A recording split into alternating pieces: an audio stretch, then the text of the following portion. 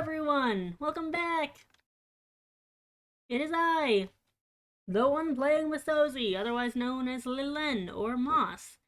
We have Kay, and we have Gus, who is played by Lysandrish, and we have Pat, who is played by Rafe. We doing good. We're gonna start the session real soon. Heck yeah, I'm excited to come back and run some more. I'm super stoked on everything that's happening. As am I. I have my previous session's notes up, and I have new notes right now. And I've got all my sneaky things that you guys will be running into. Yeah, and now chat can actually see the rolls. Chat chat gets to see the rolls that we do and the abilities that we're using, and it's pretty fun. I Exactly. figured Now that they might got be a helpful. live shots of what exactly is going down. That way they can keep everybody accountable. No shenanigans here. There will be no, there might be there's gonna be some shenanigans, but not that kind of There's shenanigans. there's gonna be many shenanigans. Many shenanigans. Also, I'm ready to get this thing going whenever you peeps are. I'm also ready once the other two are also ready. I am ready at any time. I'm good to go. Cool. Sweet. Then I welcome all of you back to Tormenta, the Stormcaller's Wrath. Uh, Last time we were introduced to our lovely players in their own individual ways. Pat was introduced with Jogrim, his questmaster, speaking on a quest that they had recently gotten involving some royalty that needed assistance. Gus went ahead and was called by the mother fungus and was summoned to act upon their will. The first thing that they instructed them to do was to go and I believe I gave it another name because I didn't like the first one. Yes. Instructed them as the first step of their path was to find the aura Borealis without any further instruction. Upon awaking from this vision, lay a quest paper parchment right in their lap, which they went ahead and read and shot over to the Sleeping Canary over in Buckler Town, where Masozi was waiting. Uh, they were met by a wizard of the college, Roman. Masozi came on too strong, and everybody met Roman.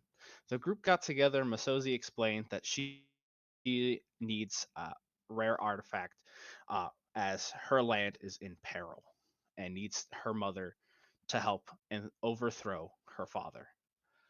Upon giving the payment, they went ahead and hit the town as Roman informed them that the the artifact has a poem attached to it, and the poem instructs where to find this particular item known as the Infinity Band.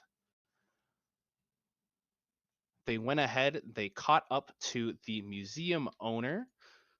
Uh, his name I did not give, but it was Benjamin. Benjamin and Magus Johnel.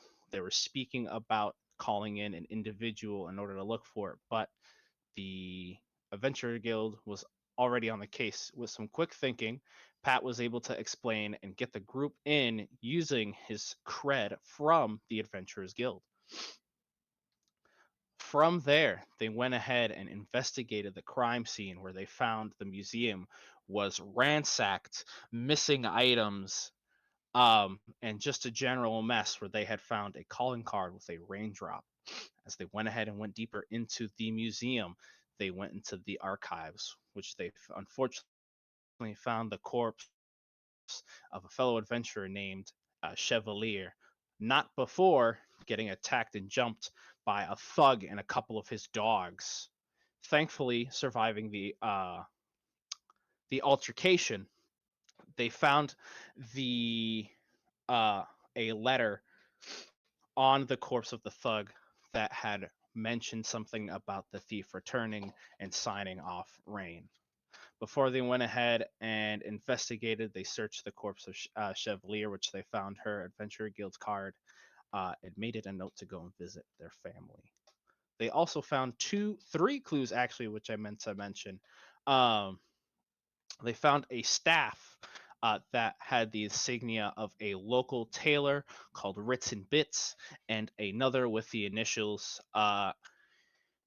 UGS for Urgok's Good Spot, which is a general store as well as Masozi, due to some investigation, had found an old photo of Roman, another individual, and it seemed like one part was torn off.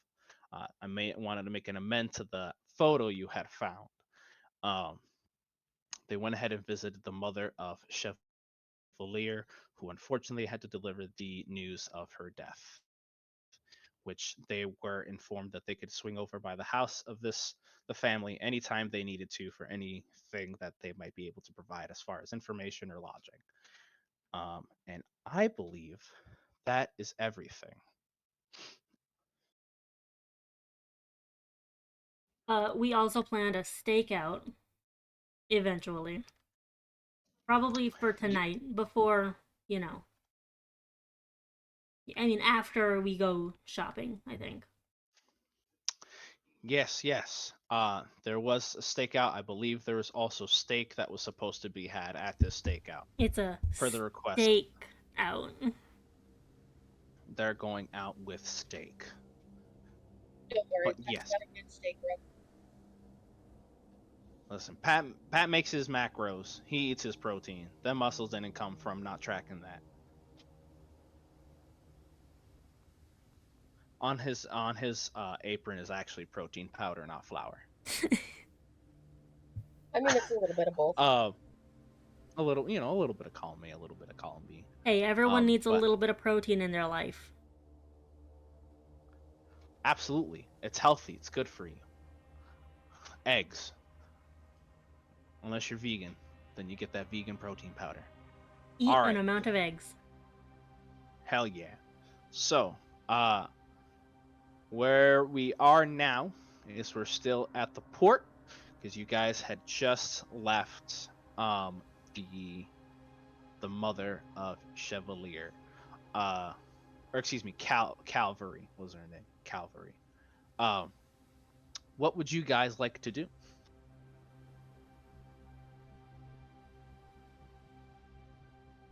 I do believe there was a plan to go to the general store. I know that we also should investigate the fancier store, but the general store we can actually buy stuff at. I don't know about the fancy store.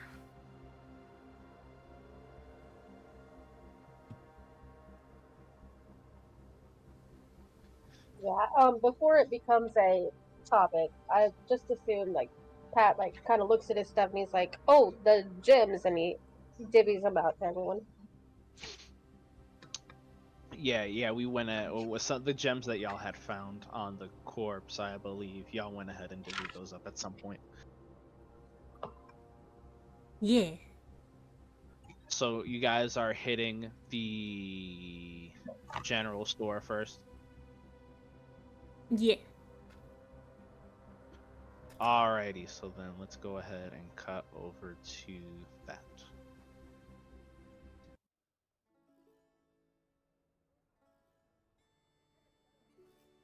And let me drop you guys in.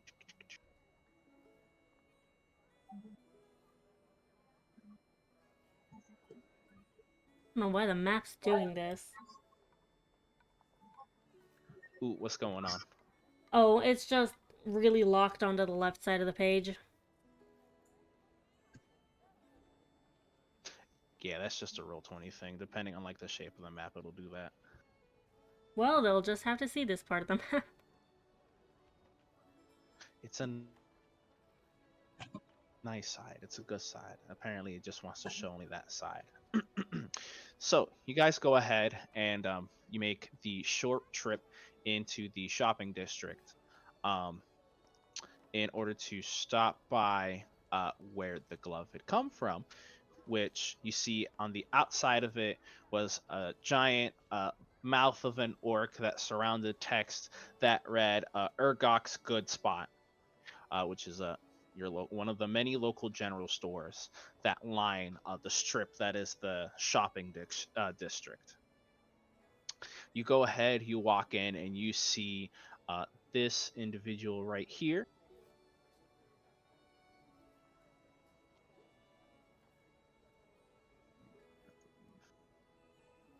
Uh, why is it not doing?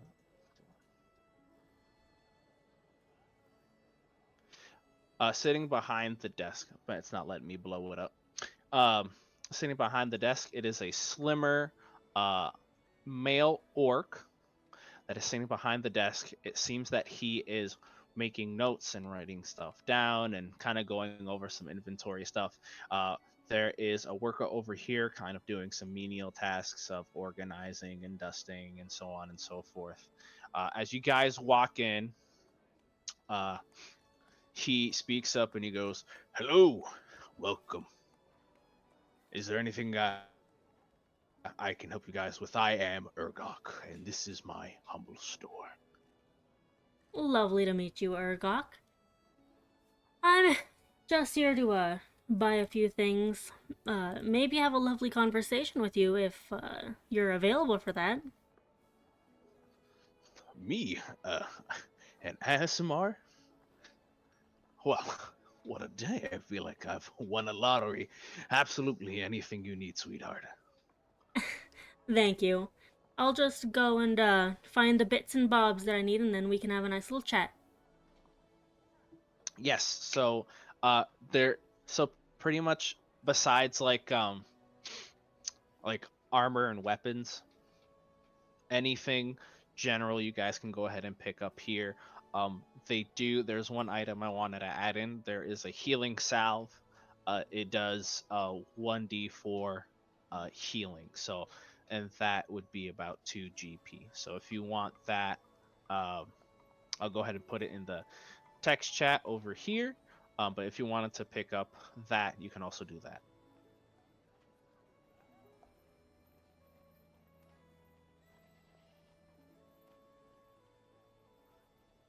Pat's just kind of knelt down looking at this bear rug, and he's like, wow, this is really good quality. Yes, I got it from the northern mountains. It took me a while to get it. Had to import it. Had to talk to a couple friends. I couldn't hunt the damn thing myself. Is Gus rolling around on the rug? I was just about to ask. Absolutely.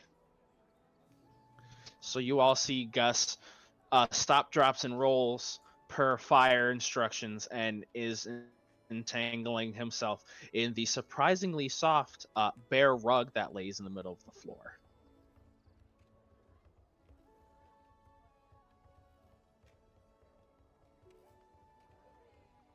Yeah, and Masozi's gonna go about grabbing some things. She's going to grab a bag of ball bearings, an ink bottle, a very fancy looking ink pen. Are there any books with locks on them, or is it just general books? Uh, like a book about locks, No, a or are you book talking like about a a book blank that you can journal. lock? Yeah, a book that you can lock. Yeah. Yeah. They would have like a couple like lock books there. We'll say it's like good for like keeping records and stuff like that when it comes to other shops. So I would say that you can pick one of those up. Okay, so ink bottle, ink pen, very fancy one. Book with a lock on it. I want to go find just any mirror. It can be kind of cheap. It can be fancy. Whatever's just available. Yeah, you find some generic hand mirrors that you can go ahead and they're nothing super special about them. It's just like a plain metal design encapsulating a reflective surface. And how many of those healing salves do they have? They don't have a lot of them. It looks like they've got um Urgok pipes up and he goes, "Yeah, they've been kind of stingy with those. I haven't gotten a shipment in a while." Uh, Gunter, and he goes ahead, and you see this gentleman goes over and he goes, "Yes, boss. Make sure we put in another order for those healing salves. I don't know what the heck they're being so stingy about." Yes, boss. And he goes ahead and he comes up to make a little note. Uh, and it seems like there's about like 4 or 5 there. Okay. I'll grab 5 of them. I'll Alrighty, grab. so yeah, you can go ahead and subtract. I know you had sent me the list prior, so you can go ahead and take the gold off. And we said, and for the rest of y'all, whenever you're buying anything, if it's under GP, just round it up to 1 GP, just so that way we're not keeping track of pennies and nickels and stuff. We don't need to do that. Sounds good to me. All right. Okay. Pat and Gus, are you guys picking up anything in particular from the store? Pat's eyeing this steak for the stakeout. Why don't you go ahead and roll me a,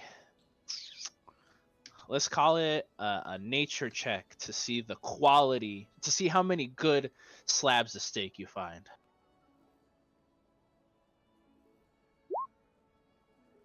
Oof.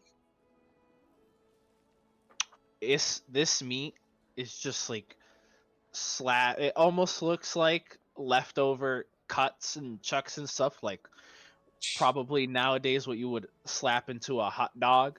Um, just a lot of like either tougher meats or fat or other carvings there. It seems that any of the good stuff has been raided and a lot of the cheaper stuff is there now.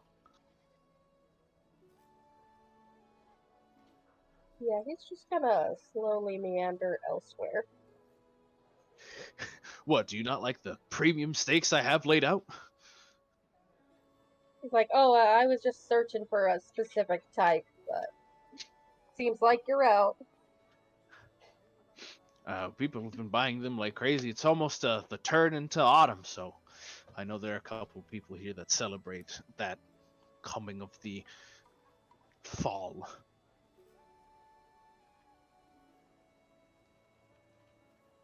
What about you, Gus? Is there anything specific that in Gus's teeny little woodland heart that she desires?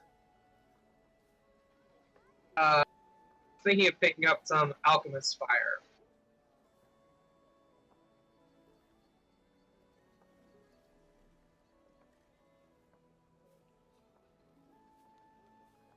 Let's see.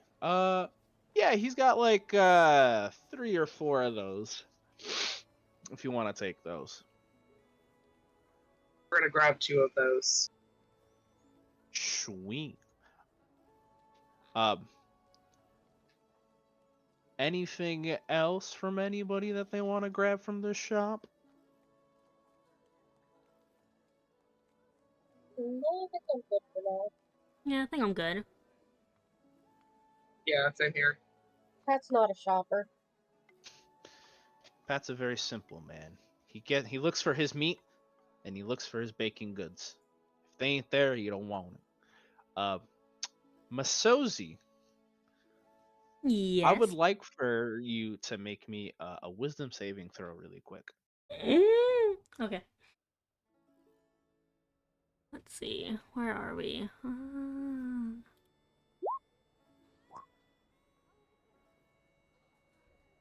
Not great. Uh so Masozi, Mm-hmm. you get a very intense headache. It sounds like a lot of like not gurgling, but like hushed whispers and tones. A lot of speaking that you can't really make out. Um, there's like one word you're able to parse, and it sounds like help and please. You're not sure of the origin. The voice doesn't sound familiar. You're unable to make out what exactly is being said. Um, you don't take any damage or anything, um, but you will next roll you have because of the headache will say it has disadvantage. So next time you roll, you have disadvantage. But it sounds almost like in a chanting tone, almost like a prayer that you hear for a good second, and then it's just like a ringing headache. Yeah, so I'm gonna just kind of stare off for a second, and one of my eyes are gonna like start twitching very faintly, cause that's like, ow, I hate that. Uh, But I'll probably do my best to try to shrug it off. Pat's okay. just holding a frying pan. He looks over. He's like, "You okay?" Uh, uh, talk to you about it in a moment when we're outside.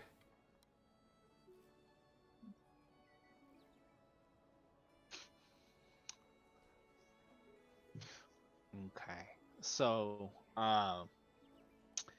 so Gus and Pat, you see kind of Masozi is was staring off for a moment, and her eye kind of jittering a little bit before she kind of just starts pacing around the room for a second. Uh, Urgot goes, "Are you all right over there? Do you need? I have some. You can. I think I have." And he starts looking around under his desk, and he's like, "I have some healing ointment. Do you want one on the house?" Oh, I just have a bit of a headache. I don't. Does do healing ointments usually help with headaches? It can alleviate a little of the pain. It does not a cure all, but it helps it not feel like it's in between a vice and a dwarf's hammer. Well, that would just be lovely. Could you? I don't know how I would apply that to help with that. Could you be a dear and help me? Uh, uh yeah. So pretty much what Urgok does is he goes ahead and it's like a little capsule of a chapstick, but a little rounder, and he goes ahead and he screws the bottom and a little bit of this like white stick comes out, and he goes ahead and he just kind of rubs it on your forehead like head Head on. on. Apply directly to And the you hear forehead. you hear him quietly mutter that as he's rubbing it on your head and temples. You can go ahead and here I'll roll it.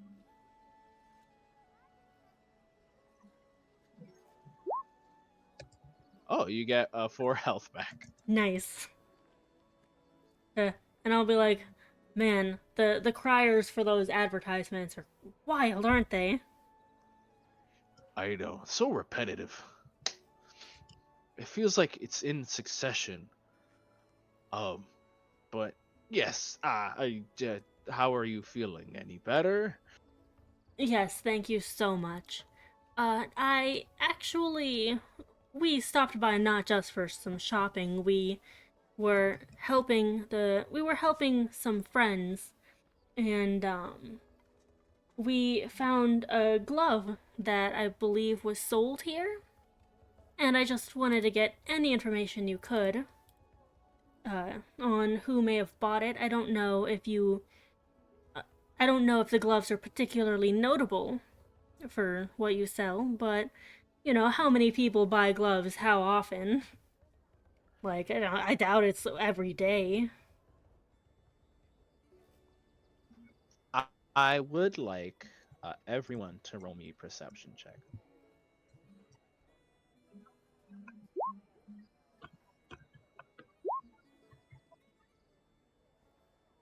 Pat's just really focused on this frying pan. It's a good frying pan. Oh, Pat, right now, that frying pan, immaculate detail. You see that cast iron? It was hammered down perfectly. You could have sworn this is like some elven like Nouveau type style. The handles like got this twisty, intricate design to it.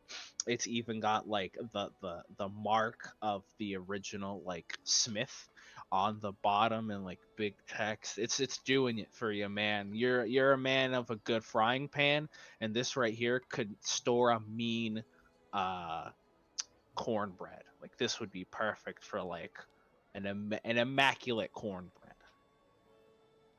As Gus and Masozi, you guys, as you're kind of looking around, uh, you notice that there isn't any gloves around. And at the mention of the glove, um, Urgok kind of like you see his eyes kind of flash open for a little bit. Um, and you see that his employee kind of perks up and looks at you guys for a second.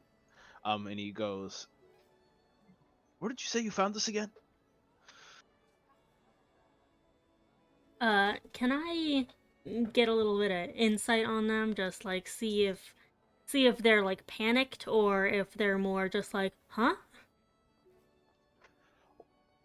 Why don't you go ahead and roll me that insight? Okay, with disadvantage. Let's see. Yeah, I and this will always be the run one roll you have. insight. Where the heck did it go? Oh, there it is.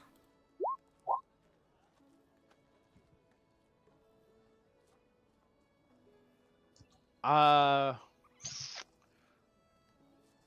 Here's what I'll say. So you bring out the glove, uh, you kind of do a quick scan of the room and notice there isn't any other gloves. He looks at you, pull it out, and you're filled with a bit of unease, but you're not sure if it's because he's so shocked that you have one, or like you're unable to parse if it's the nervousness or if it's like anything else. It's a little difficult. Um, but you do know something's a little bit off as he says this.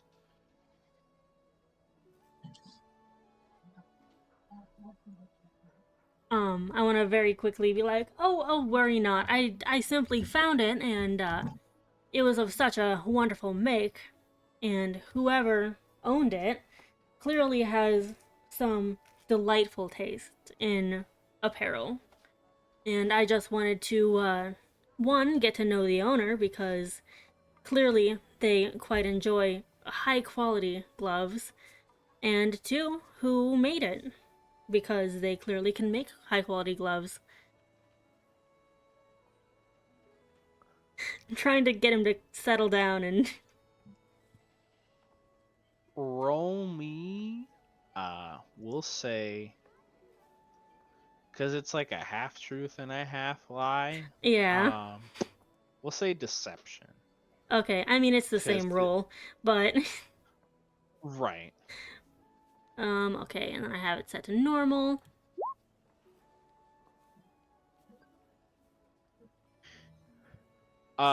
He goes, "Oh, hmm. I only usually give those out to special customers of a particular kind, if you catch my meaning. Generally, I don't give those out." And I'll say with Pat, since you're farther from where Masozi and Gus is, you kind of catch out of the corner of your eye the door is shut by Gunter. Um, and you hear the clicking of a lock.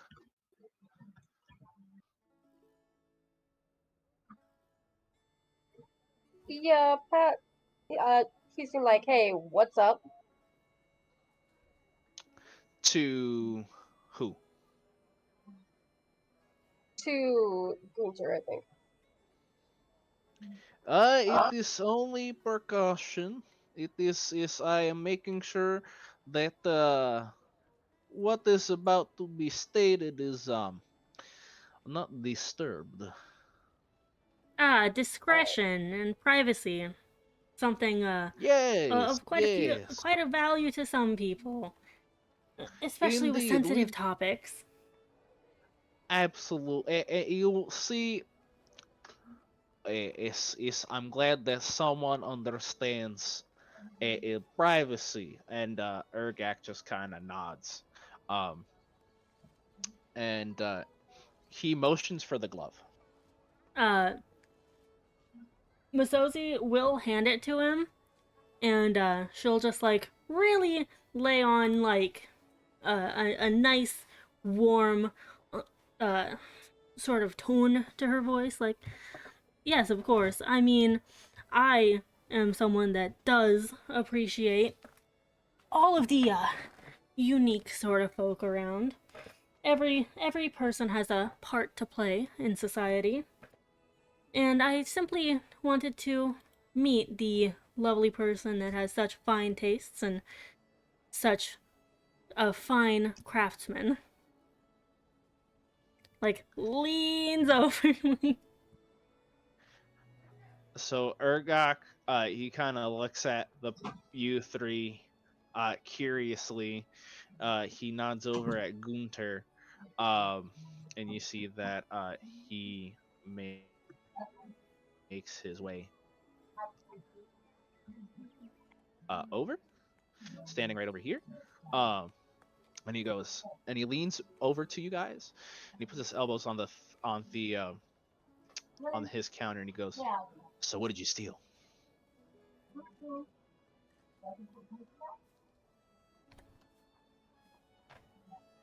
Are you a cop? Uh, he goes ahead. Um, he shakes his head and he goes, "No, you think I'd deal with those idiots?"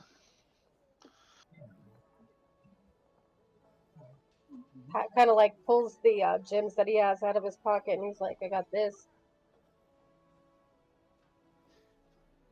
Hmm. I mean, I could just buy those off of you. I'm saying if you have anything special you've stolen.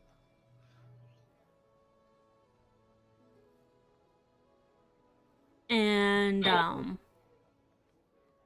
I would actually like to very um gently gesture to the outfit that I'm wearing and be like, well, do fine silks and embroideries count?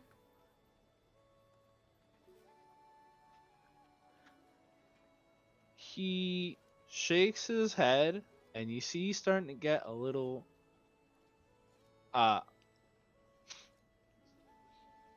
like a little annoyed, like his patience is wearing thin. So he goes and he starts to speak something you all don't understand. Do any of you Are any of you proficient in thieves' camp?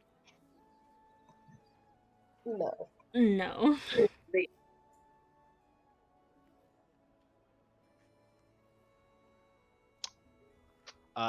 And he just kind of looks at you guys and he waits for a response for like a beat.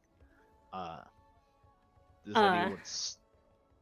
I actually would like to furrow my brows and seem quite a bit like annoyed in return with him and just be like, excuse you, my accomplices, my the folks that I've gathered with me might not all speak the language.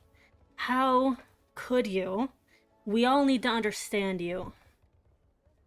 And honestly, I'm a little bit insulted that you would even question us. She's trying to intimidate him. Trying to intimidate him? Yeah. Like, Why don't you go ahead? So you can try. It's gonna be difficult because you're kind of within his realm, for a lack of a better term. So you can try. I would say you would roll at disadvantage to intimidate him, as he's kind of aggravatedly staring at you guys. Fuck it. Fuck it. Um, can I also, like, do a quick little prestidigitate to, like, make me smell like brimstone or something? Just an angy brimstone smell? You can, but it's not gonna I mean, really I do know it's anything. not, but, like, If still. you, yeah, you can smell like hot sulfur. You go right ahead. Hot sulfur and hot rocks. Hey!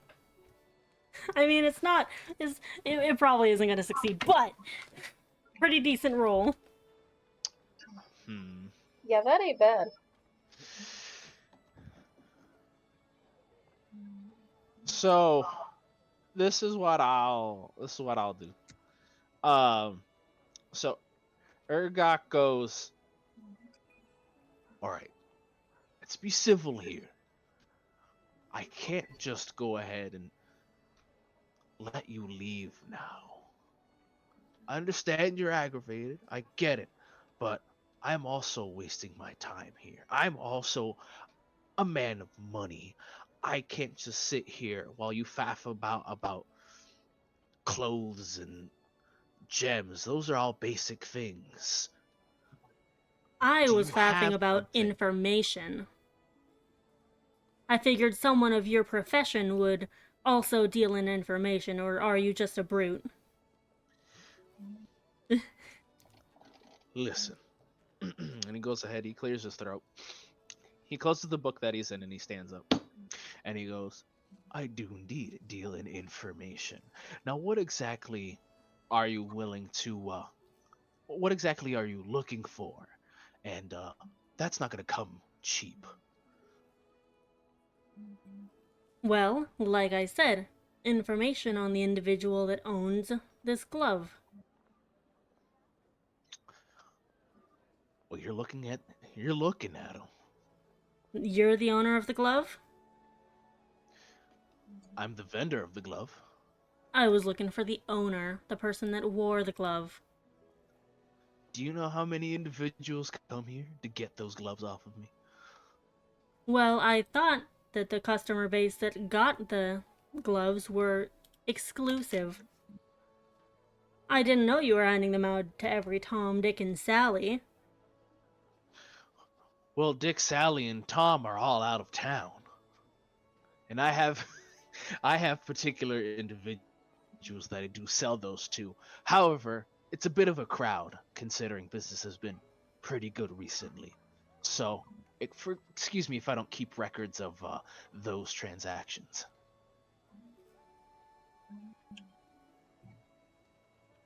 I want to kind of glance to the other party members and see what their kind of vibe is.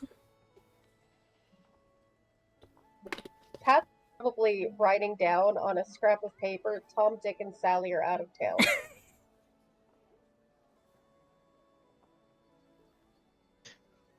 He's not Gus, sure the Gus is relevance, but presently playing with the inkwell on his desk, not paying a lot of attention. Urgok is I kind of like looking understand. at you playing with it. He kind of like like stop that. What do you stop? Stop. Wait, the person I'm looking for is wet. I remember this. What? The person you're looking for is what? It's wet. Wet. Listen, I there are particular places for that to happen. This isn't one of them.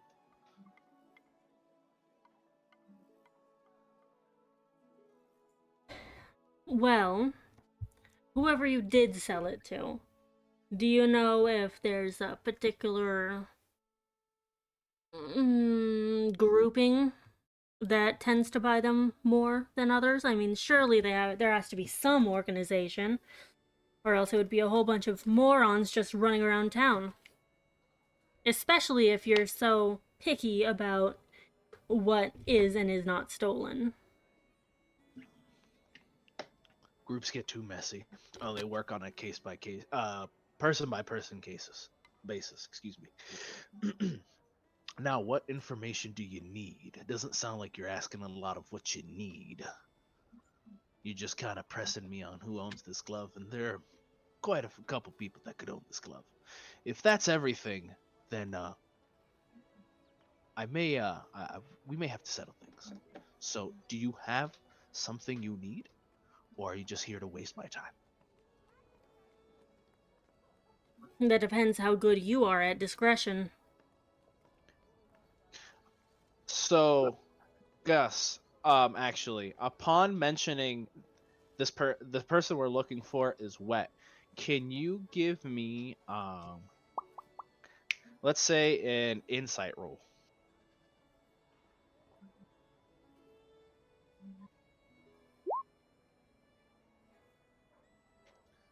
Damn, y'all are rolling. Y'all are rolling. Um, so when you mention, yeah, the person we're looking for is wet. Uh, you see that there's like there's a moment of recognition in his face.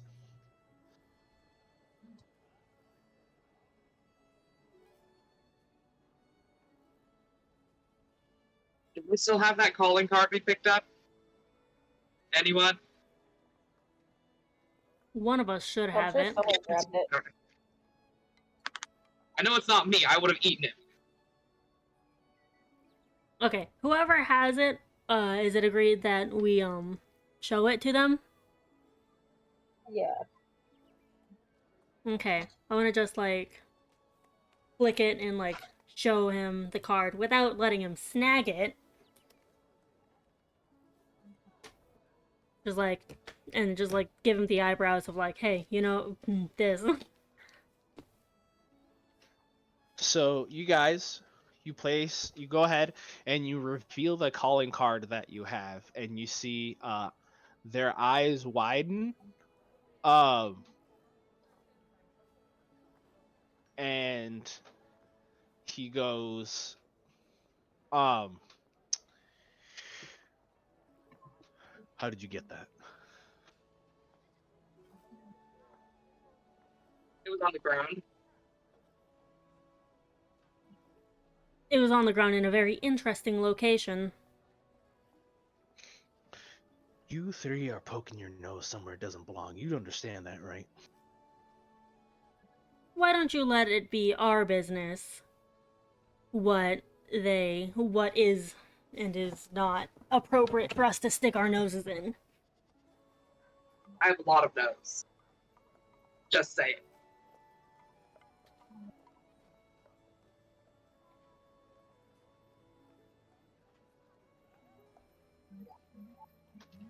What do you? Okay. So he shakes his head, and you see he puts his hand by his weapon that he has on his hip, and he goes, I can't let you go any further.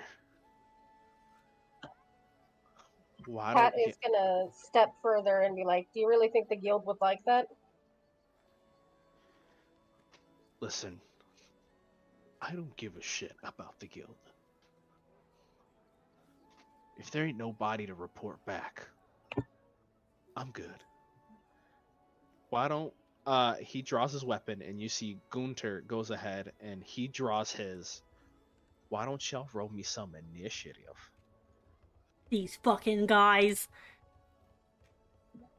And he gave me head on. He applied it directly to my forehead. No more.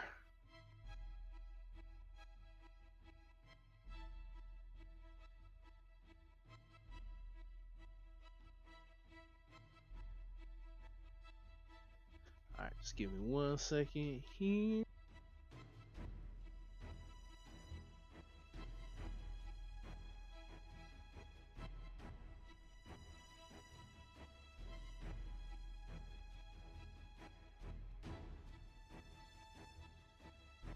Alright.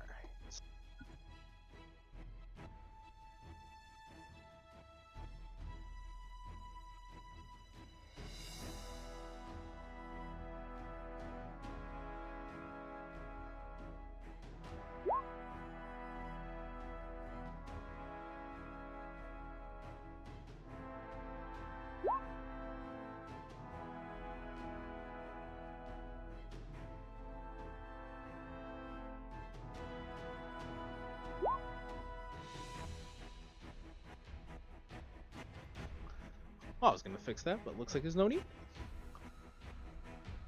All right, so let's see. Looks like Urgok is the first to move. So immediately upon everything starting to pick up, he goes ahead and he stands up. He goes, "Listen, I don't need y'all poking your noses around here.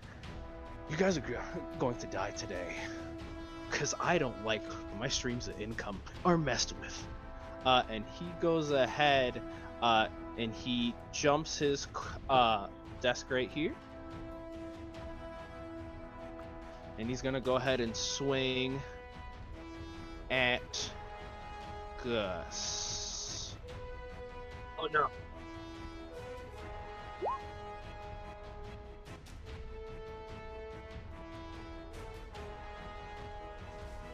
Does a 14 hit you? It does.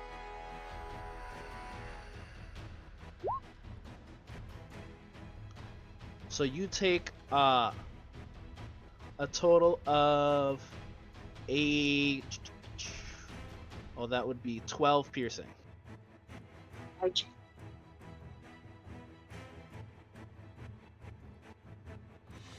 Alrighty, next is going to be the bandit. Pat, you're on deck, or excuse me, Gunter. Yeah. Let's see.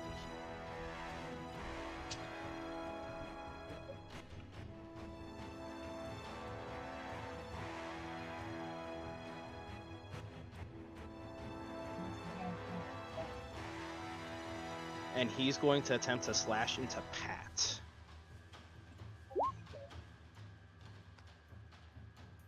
Does a 14 hit you? Nope. Alright, go ahead, Pat. It is your turn. Masozi, you're on deck. Alright, well, Pat is going to attack the guy who tried to attack him just now.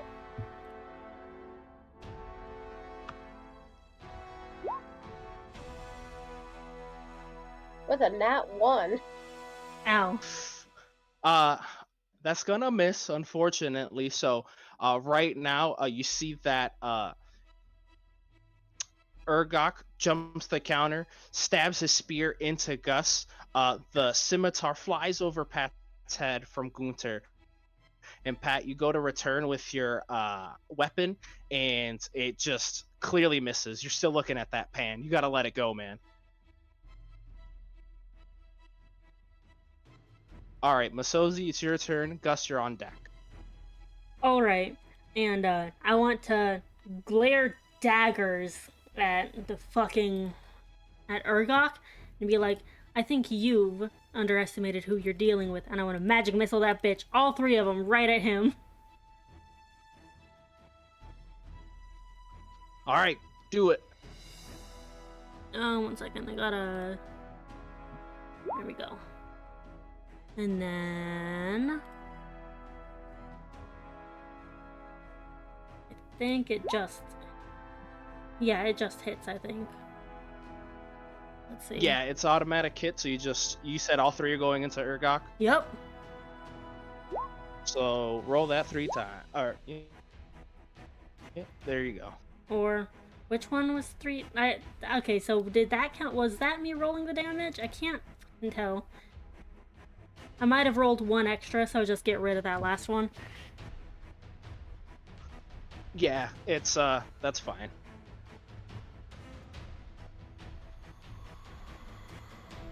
All right, Gus, it is your turn. And I'm gonna tack that damage on right now. So you see those echoes of death and bright light flash over and crash into Urgok's body as he screams out, Gus, it is your turn.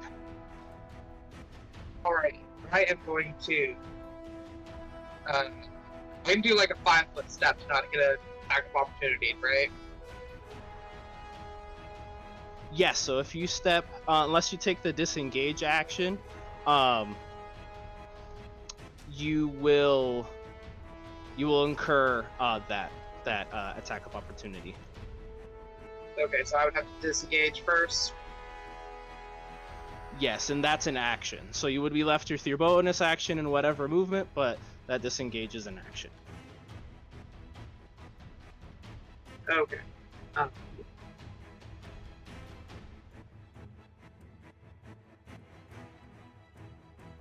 gonna come over there.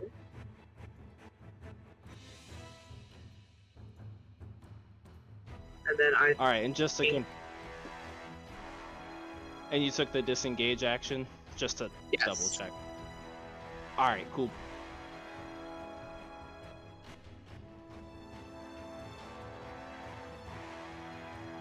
And I think that's all I'm doing for right now. I'm hiding. All right, so you see that Gus bobbing and weaving over the potential attacks of Urgok. He's too nimble for the orc as he slips right on through. So it now returns to Urgok. So let me add on his damage. Almost forgot.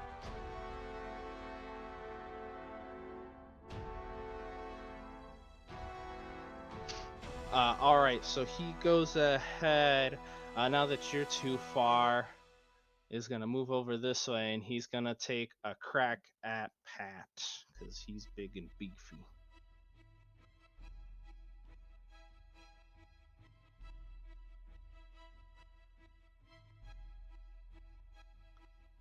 All right.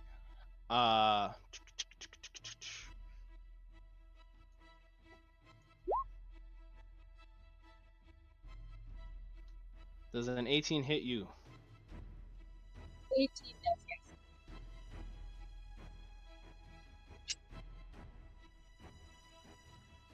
That's gonna be a total of 5 piercing damage. So you see that Urgok, he goes, listen, this is gonna be your last chance.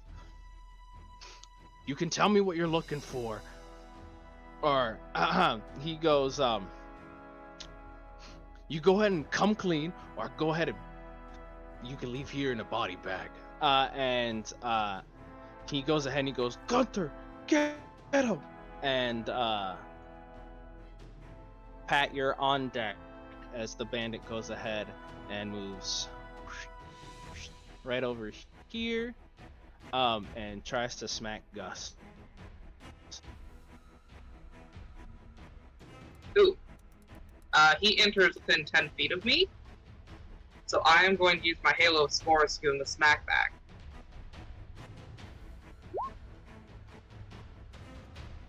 Ooh, go for it. I just do 1d4 necrotic damage. There we go.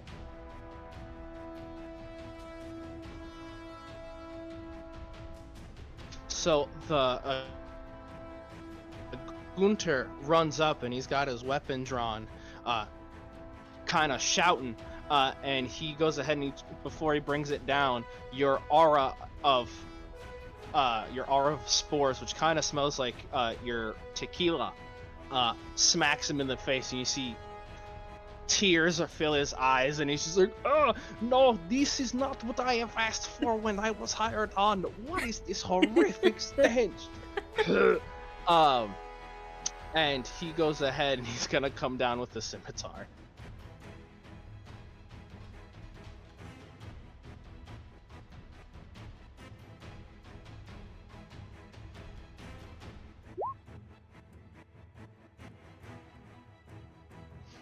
I'm going to give a heavy assumption that a 6 does not hit. It does not. All right, so the stank was just too much. It went ahead.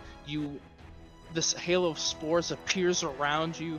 You can see that stench is in the air. Your party members can smell it, but thankfully it doesn't affect them. The bandit, however, attempting to run in and come down with the scimitar, it has to cover his nose, and he misses, and it's a weird angle that he gymnastic split and dodges right under it. Pat, you go up. Masozi, you're on deck. Cool. Alright, well, I am getting tired of this, so Pat is going to go into a rage.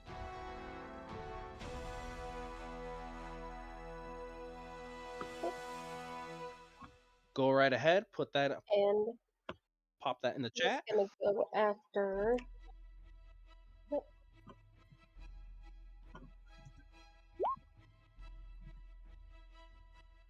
my man's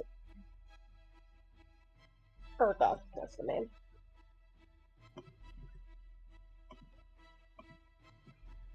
Let's see. All right, do it. All right, so a 14 is not going to hit. You see, you go ahead and your great axe flies harsh as you go ahead and you enter your passive aggressive rage as you breathe aggressively through your nose. You go and it catches his shield and he bashes it back as you kind of your arms go flying up. Masozi, it is your turn. Gus, you're on deck. I'm gonna be like, all we wanted was information, and you just couldn't do it, could you? And then I'm going to pinch two of my fingers together and conjure up that very just bad news looking needle and like throw it at Urgok. He needs to make an intelligence saving throw. Ooh. And the He DC is very 15, so I will very- just... There you go. beautiful. Let's see. That is Ooh. a failure. And then here's the damage. Ooh. Yikes. Damn. All right, so he goes ahead, and you see that that same needle that Masozi used to finish off the previous encounter, goes, and he's like screeching as you see this needle goes in his head, and he's like, "What are you doing?" As he's screeching out in pain. Should have fucking listened. Shouldn't have attacked us. Oh, there we go. All right. Is there anything else you'd like to do? I'm kind of looking at him and like, there's half an expectation of like, hey, just fucking surrender. Like, I just communicating that with the eyes. Like, stand the fuck down. That's it. Bet. His eyes communicate back with various eyebrow raises and lowerings that he's not backing this down at this moment. It's almost like Morse code. As you, Pat and Gus, you see Masozi and Urgok are in this like drag queen-esque eyebrow lowering and raising as they enter into this conversation through solely the brow of their eye and the hairs that rest there. Gus, it is your turn. I'm going to activate my symbiotic entity feature. So, a great aura of, like, I don't know, blue spores raises up around me, and I'm still not sure what that looks like. So you see that this kind of blue and gray and kind of more like azure toned spores float around Gus before the mushroom on her cap turns blue. They have different speckles and spots that seem like a spotted mushroom, as if the Mario mushroom was blue, as they go ahead and become this myconid like being. That's kind of fucking rad. You continue to pop off, Gus. Show them. And then I'm going to use a bonus action to cast Shillelagh. Hell yeah, bonus action, shalalalala.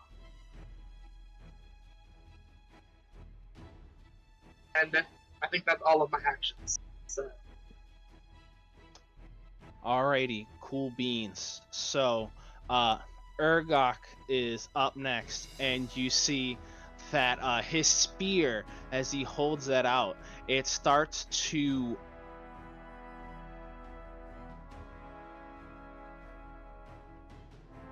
Oh, you're cutting out a bit. Oop, my fault. that his spear starts to glow, and he starts to chant something. He waves it around as you see he casts a spell. He originally aims it, so I'm gonna go ahead and put that up so you guys can read it. It misses you, Masozi. Unfortunately, but Urgok is gonna go ahead and take a step back. Pat and Masozi, if you want to go ahead and make attacks of opportunity on him, you can, but he summons the spectral. Yeah, I would like to. Yeah, I definitely want to. And we... Alright, go ahead. Yeah, so we roll for that, and then we roll the damage if we hit. Yes. Okay. Pat, you go first. Alright.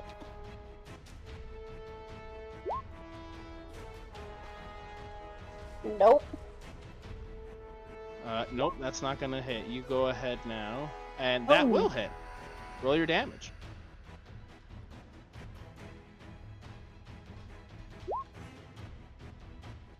Give him a little slice. Good old factory shanking.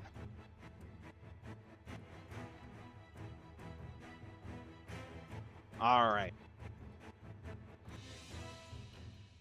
Now, let me just put up something for the spear.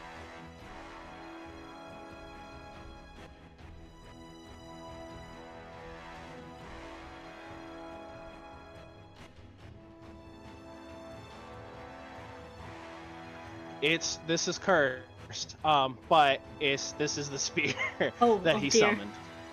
Pretend it's magical. It's wondrous. It's amazing. It's beautiful. And with that,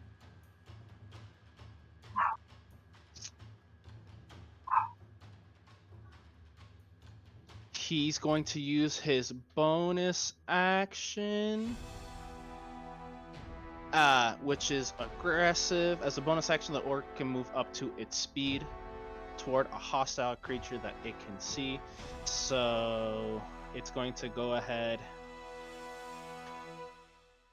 and come back in at Pat. And that is Urgok's turn. Next is the bandit. He's gonna go ahead and try and swing once again at Gus. Just as a point of interest, Bandit starts within 10 feet of me his turn, so I get to hit him with my Halo Spores reaction. Ooh, go ahead. Do it.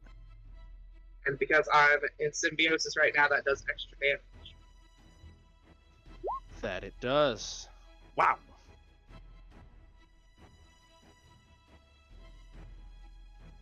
So you see these blue mystical spores that now grown in power since Gus has become this entity.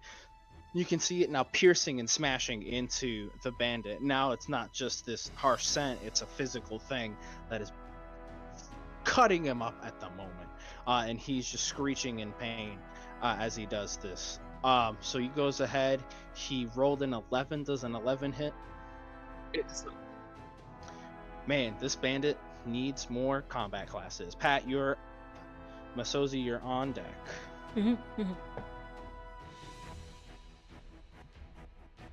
I mean, eventually my attack's gotta go through, right? Hey man, if I can shank him, you can definitely axe him. Nope! God damn it. It's that pan! That fucking pan! Listen, that pan is calling your name. Once you're done here, you're either stealing it or you're buying it or whatever. I don't have to buy it if the guy's dead. Not. Yeah, it's the dead guy legally, discount. no. Yeah, so you once ahead, you thinking, man, it would be great if I was swinging that pan. You're just stuck in daydream land. You're in a dangerous situation at the moment, but right now it's not feeling like that to you. You just really want that pan.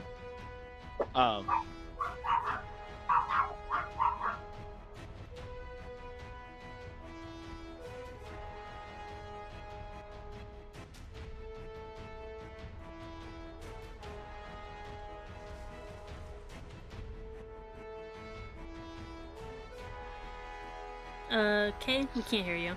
Hello? Hello? Oh, I think I whacked my mic and it auto muted. Hello? Oh, yeah, we can hear you now. All right, cool. Did you catch him daydreaming about the pan part? Yeah, of course. All right, so Masozi, it is your turn. Gus, you're on deck. Excuse me.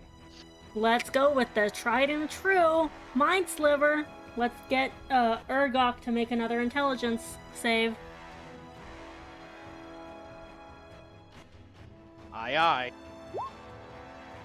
Oh, damn it, I just wanted to show the information for the spell. It's all I'm good. sorry. I'm so sorry, Pat. It's all good. It worked out. Actually, that's -4. So, yeah. So that's 4 damage. Another thing flings into his head as he continues to get more and more aggravated. That's 4 damage to him. We'll just use that roll. Gus, you're up.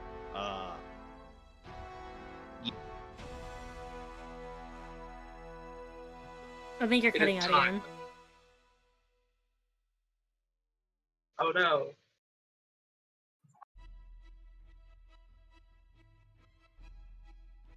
I think I keep mind slivering the DM. Oops.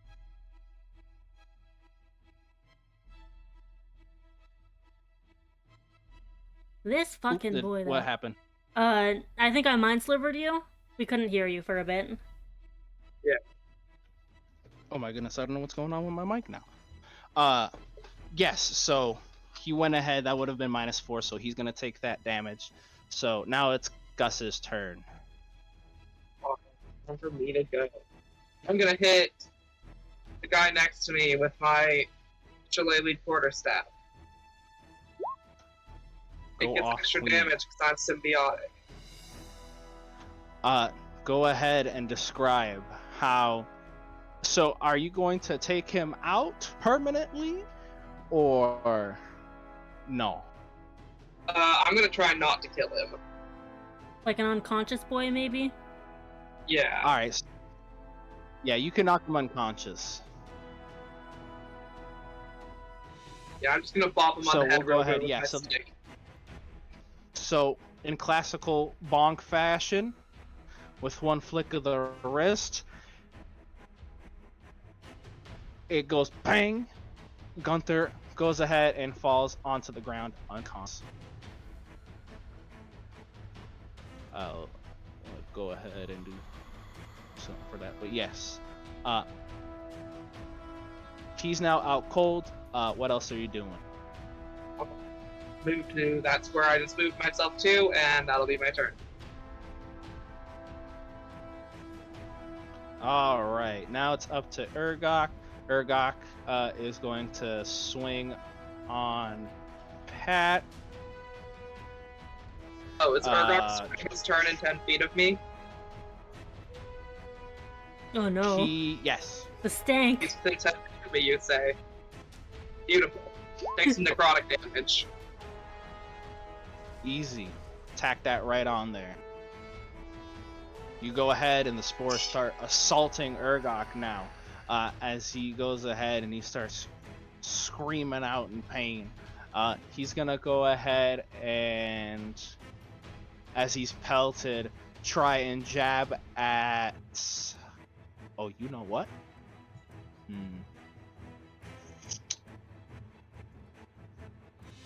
He's going to try, and you see that he starts chanting something.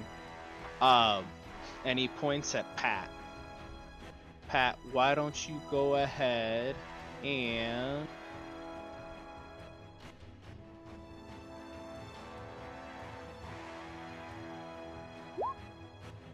Let me get that wisdom saving throw. You have to beat an 11. Ooh. Not today. So he go ahead and he commands you, and he says, away.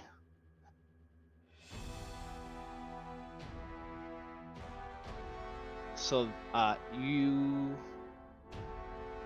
feel compelled now to move away from where Urgok and Masozi currently are. So I will say you move right over here. You see that it goes, and he goes ahead and he points at you with his spear, and you see a little his voice when he says away kind of takes physicality in like this eerie green smoky energy as it smacks Pat in the face. You see he, like almost an automaton, stands up erect, moves up and onto the desk, and now is just standing on the desk. He then moves that way, and then he's going to use his bonus action to attack with the spiritual weapon.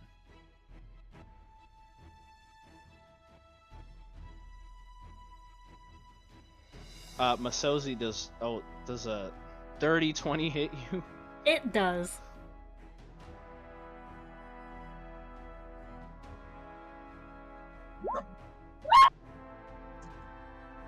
So that's going to be 4 damage. Bitch. I'm saying it to Urgok, okay?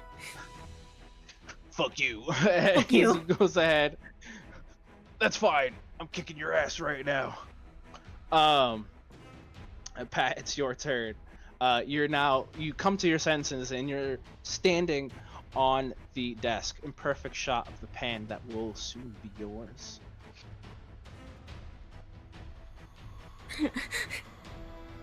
Alright, Poor where Pat. did this guy go? He's right there.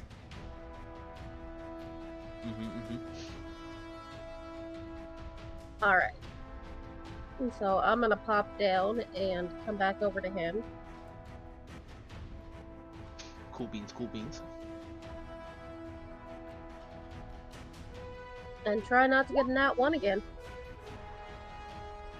You did not. That's gonna hit. So that's the damage right there. So boop boop. So that's 10. He is looking right messed up. Pat, you go ahead and you charge forward, angry that you were just duped magically, and you take a baseball swing, and you smack him with the flat end of your great axe as he tries to block it with his shield, and his fist comes smacking into his face due to the force of the block as it did nothing. Masozi, you're up. Excuse me, Pat, was there anything else you wanted to do? No, I'm good. All right, Masozi, you're up. Gus, you're on deck. Okay.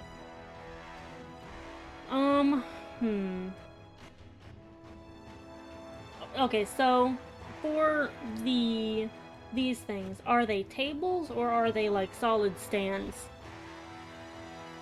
We'll say they're like just generic display tables. Okay. Let's see. Is there a way to make it so I can calculate my movement with when I move? Sorry. Yes. No, it's all good. So on the left side where you see all the tiny icons, there's going to be a one that's called measure. It's going to look like a little ruler. You can go ahead and just like this, click on where you are, and you can go ahead and see where your movement is. And then also when you move, if you right click on the square as you move, it'll detail you how far you're going. I don't actually see that, but I can count. Like, okay, so 5, 10, 15. And then can I go diagonally here? Like this way? Like, can I go diagonally there? Or would I have to go down and then over? I mean, you can walk in a diagonal, so I don't see why not. Okay, so that was 10, 15, 20, 25, 30. Then I would like to once again point at this boy, conjure up my little needle, and toss it on over to him. Go right ahead. I'm gonna roll that saving throw. That's gonna miss. That's gonna fail. Especially with that -4 from before. And Gosh, does this then- thing suck. Yeah. And then 4. Amazing choice. And I can All right. ready an action, right? So, you've used Can your I? action to cast a spell. Yeah. In order Ready to ready action, an where is action that? that's pretty much the Oh, same. okay, so where that's a you're full gonna- action. Okay. I looked at the Yeah. thing. Cool. I yes. got it. Oh my You god. got it. I forgot to mention to you guys. I brought this in so that way you guys can go ahead at moment's notice. Could look at what you could do. Yeah, I did do that, so that's why I was like, bet. oh, okay. Lit. Cool beans. So you're going in, you go ahead, phew, another one goes into his head. Ow. Is there anything else you would like to do on your turn? No, I don't think I can. Alright, cool beans. Gus. Issue. 2, 3, 4. I'm gonna hit him with my ukulele. Shalalala!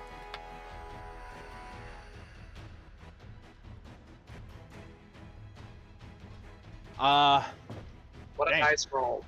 That's a beautiful roll right there. Gus. How do you... So are you doing this? Are you gonna kill them or are you gonna just knock them out? I just want to knock him out. Alright, so you go... How do you... Describe to me. Tell me. Set the scene. How do you knock this one out? I'm gonna try and sweep his legs out from under him and then just kind of hit him with the head. You gonna get the bonk. So you see, like in every classic kung fu movie, he takes the staff by the end, Shaolin style. He smacks the side ankle of him. He smacks the side ankle of him. He whips it up right into his junk, and then jump spin, bam, right on his head. And Urgok is knocked out cold. Gus entering his hidden spore, or excuse me, her hidden spore. Smack the frick out of Urgok, and that is it for combat, as both assailants lay knock the hell out.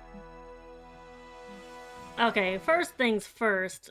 So it's a general store. Do they sell manacles?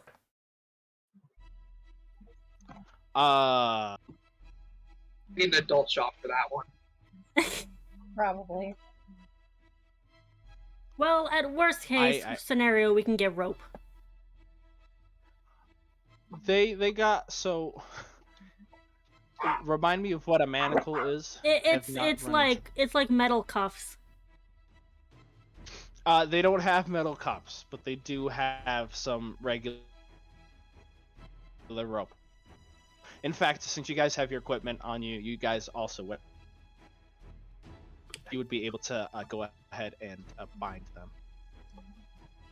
All right, my vote is that we make sure these two can't run off, and I don't know if we want to question them or if we just want to turn them in.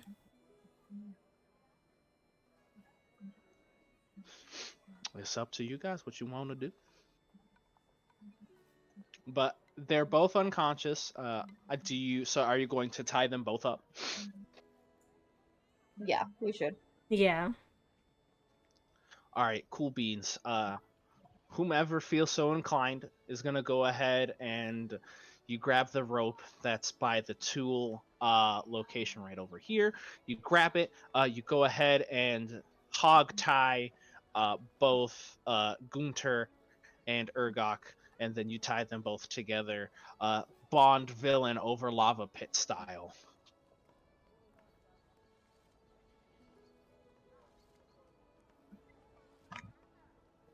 I think I might need assistance from Pat if I do that, because these... Well, I mean, yeah, Urgok's kind of a thin boy, but I'm also a not very strong person, so... I mean, I just assumed that Pat was doing it. Yeah, that's fair. Yeah, Well, then yeah, Pat goes ahead and he does all that. And now the shop is open for you guys to explore without any danger now. I would like to check Urgok's pockets. You raid Urgok's pockets. You feel inside some spare change and a set of keys, where one is slightly discolored from the others. Well, that clearly is something cool. So I'm gonna take the keys. I'll leave the change on him though. You leave him with his bus money. It would be caravan money. Well, this isn't a robbery. These people just started to assault us. So we just came for their homes. That's it's all good. Okay. Yeah. Oh, we should all start peeking around. Peek, peek, peek, peek. Yeah, Pat's gonna come over here and try to like investigate the desk area, any ledgers or whatnot. Yeah. All right. Why don't you all give me an investigation check as you're searching for stuff?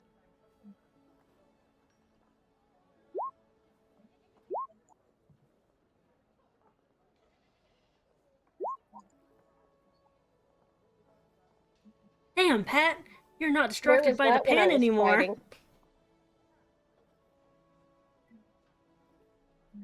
We I are. already took the pan. Pat, did you already take the pan? Not yet. So, Well, you just know it's yours. uh, Gus, you're kind of still exhausted from the battle. You are you rolling around in the meat?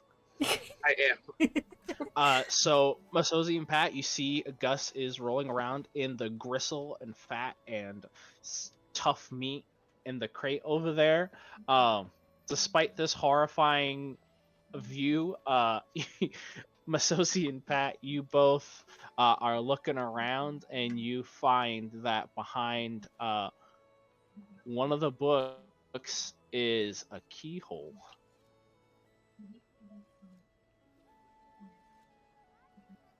Ooh. If Pat is closer, I'll hand him the keys and, be like, hey. Hey. Eh?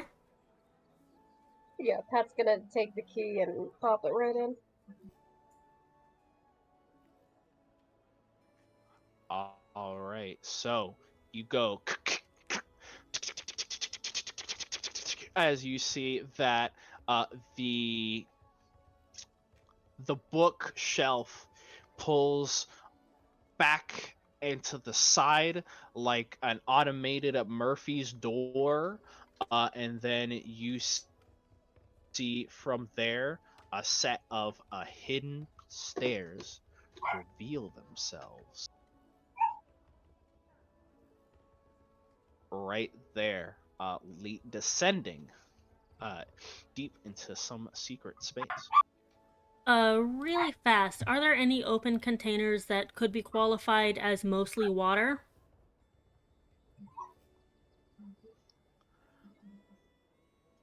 What's your intentions? My intentions is to Talk to me. cast What you shape want to do, girl? water. Here, I will. There we go. Uh, we'll say that they got like a barrel of like cold water or a barrel of water around here. Okay. I would like to. I mean, if not, I have a water skin. I was just, asking first before I use up my water. Uh, Of course, of course. so I want to use that water. I want to cast shape water to one move like as much water as it has into the mechanicals of that hidden door, and then I want to freeze it and hope that the expanding will, one, get it stuck for an hour, and two, maybe break the mechanicals in it. Okay, so what I'll say is, um, you bust the lock on it, you freeze it over, and you smash it with the back of your fancy little dirk that you're carrying, and it busts it. So it is no longer functional to close it back up. It leaves it open. Okay. Oh, we should get the key off of Hunter. Oh, yes. Because the door's still locked to outside. Yeah. I'm sure that I also have the key ring, but keeping them from having the keys is also a good idea. Just in case. Alrighty, so we'll say that you guys like looted both their bodies and you took the sets of keys off of them. Gunter did not have the special colored key, only Urgok did. And you go ahead and you grab that, you bust the lock, and the path is open to you. Oh, I also really quickly want to toss some ball bearings around them, just in case they wake up, just to make it extra difficult for them to do anything. All right, Masozi, you go ahead and you drop your balls all over around them. Hell yeah, gotta drop them balls. Okay, and now we can explore. Sorry everyone, I like being extra safe. Listen, there's nothing wrong with dropping your balls on the ground.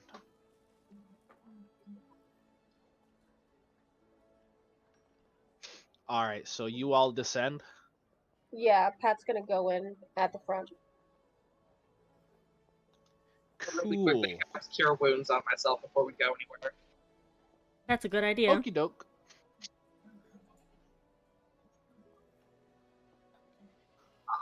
Alrighty, go. Dang. Dang, okay. Beautiful. You hear yourself right back up. You're looking. Gus, she's looking radiant. She's looking better than ever. Even with the wafting sulfuric meat stank, they look absolutely stunning.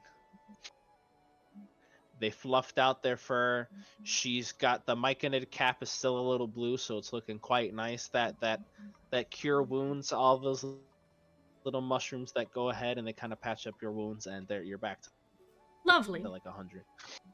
I will say, Pat is very hungry. He smells mushrooms and meat and a little bit of alcohol. That's his jam. Oh man, when we do the stakeout, we should do like a nice saute and mushrooms.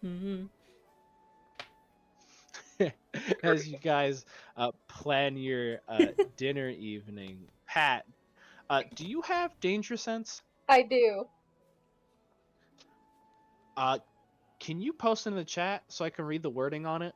Yeah.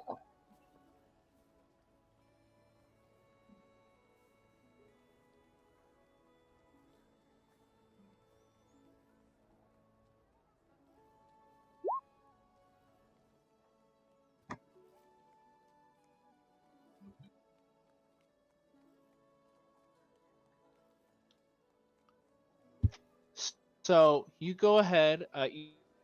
You're leading the charge.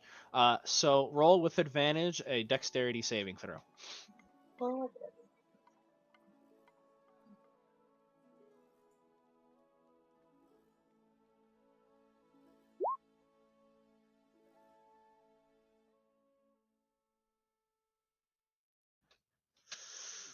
Ooh, still just very low that's rolls. not gonna. Yeah, unfortunately, so as you guys walk down, Pat, you step on one of the stairs, and one of the stairs was a phony stair. You hear it go as you step on it, and you look to your side, and you see a little tube comes out and hits you with acid. You are hit for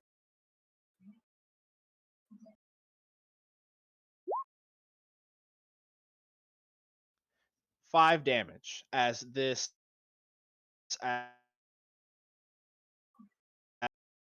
Oh, cutting out again.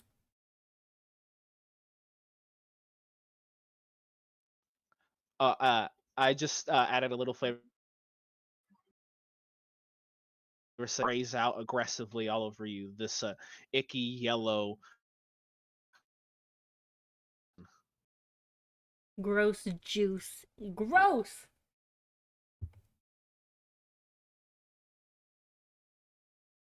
This Gatorade was not sponsored. Pat's just like, ugh, don't get it caught in that. But with that, as you guys enter, Yeah, Pat goes ahead and he points out the phony stairs so the rest of you guys can kind of walk over it, no problem. Um, as you guys enter, you see that there's a bunch of torches that illuminate down here. You see some stock, and you see various strange items. They seem to be stuff that they're tied and they have little names on them to kind of keep track of what's what. You see that there's like some strange weapons. There are a few things that you notice are pretty important. On the table over here, as you guys move over, you see two familiar things. So you see a busted or a cracked pearl of power and a ripped bag of holding. What morons! Okay, that's the stuff that's missing from the museum. Where's the poem, though? Where's the poem? Masozi's gonna start like skittering around. If you guys want, you could go ahead and make an investigation check. All right.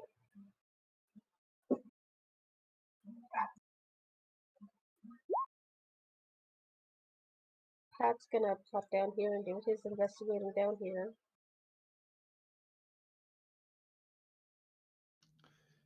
Beauteous.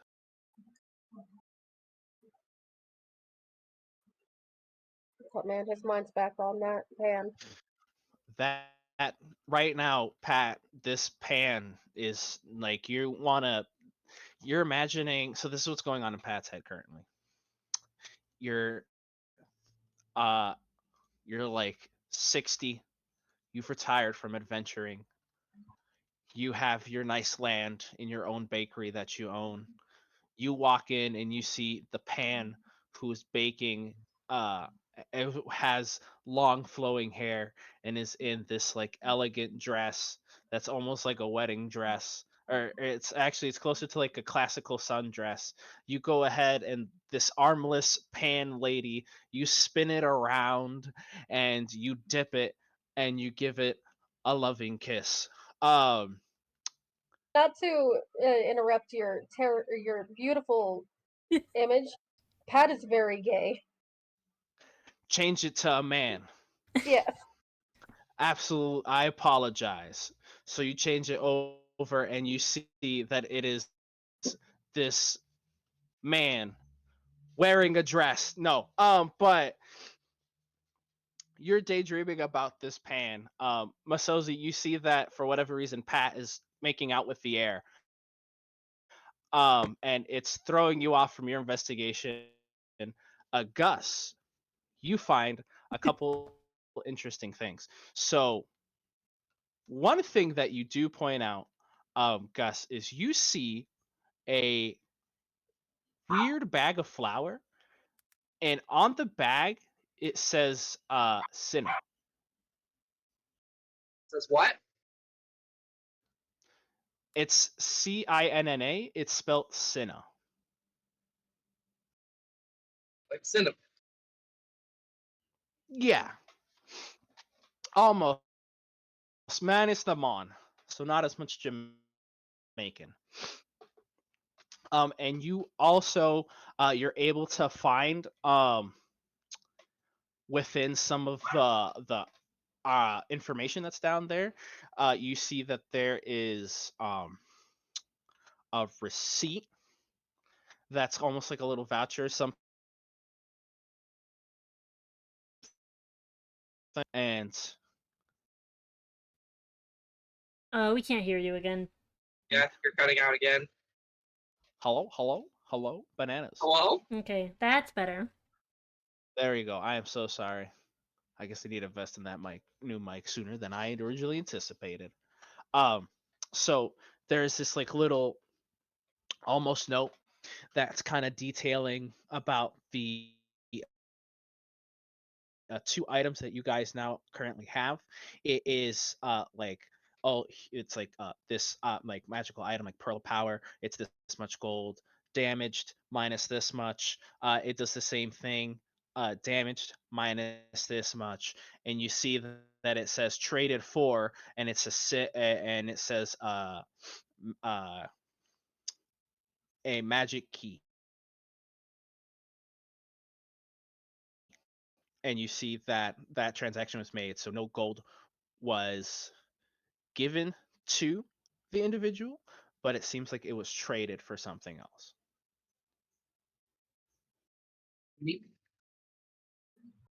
Are you saying anything about this out loud? I am going to bring your attention to the bag of flour and the note. Hey guys, I found something. I'm gonna come look at it, and I'm gonna be like, but where's the poem? And gonna continue to wander off, probably getting a little bit increasingly agitated. And just searching, but probably not in any useful way. Yeah, Pat's gonna look at the bag, see, and he's like, "Oh, flower," and then he sees Senna's name, and he's just gonna go completely silent.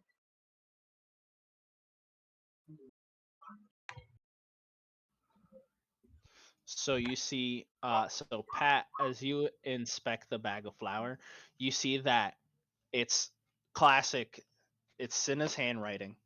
It's how he always labeled his own ingredients, and then on the back of it, uh, I'll send you the name in a little bit. But there's a name that you don't recognize tied to the bag.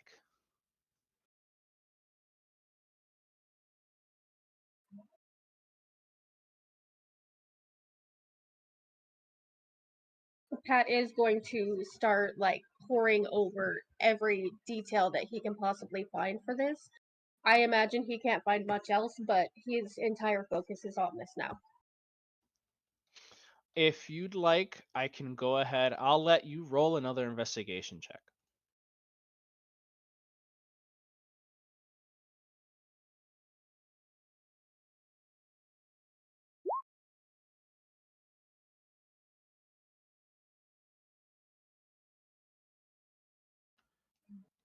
So you go ahead, you look around, and you see there's a receipt, and you see that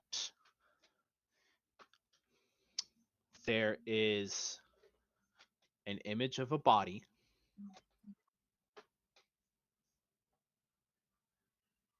and you see it says traded for, um, and you see a pretty good sum of gold, and a listed as that bag of flour. And you see below it's Urgok's name, and you see the name on the back of the bag, and on this receipt, Mahoney.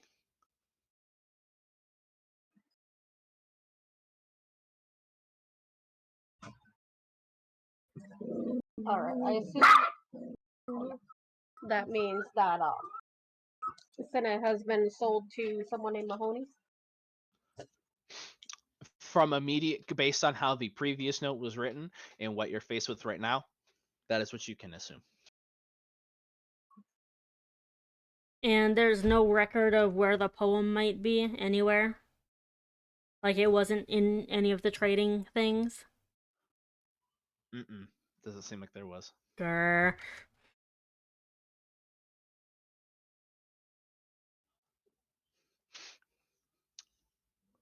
Is there? Has anyone checked over here? Pat tried to, but rolled a 6. Yikes. So I'll say that that's already been searched. So as far as the party knows, that there's nothing there. Okay. I think that's all the information we're gonna find here, unfortunately. So, perhaps we should go report to the authorities that we found this place and that there's clearly something amiss going on here. I don't know if we should leave the items here and then come back, or if we should just take the items and report our findings. Up to you guys what you do. Well, Pat, you're much more of a local than I am. How do these sorts of things usually get handled?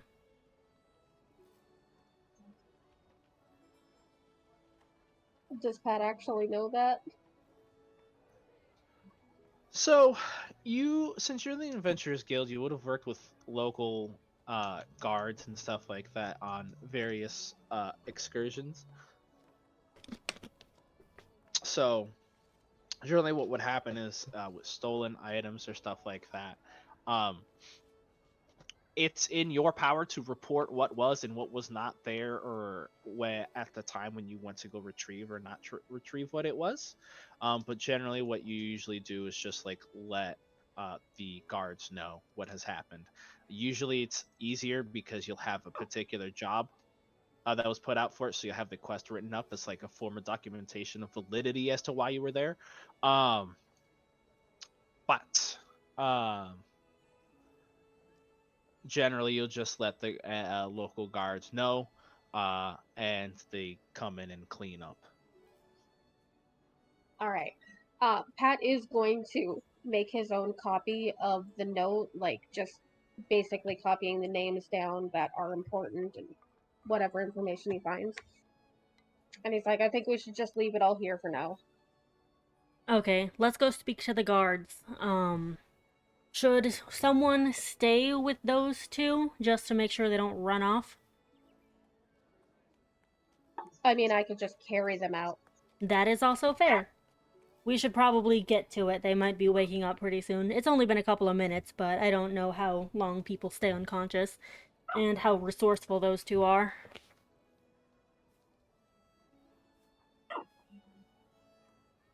All right, I'm gonna do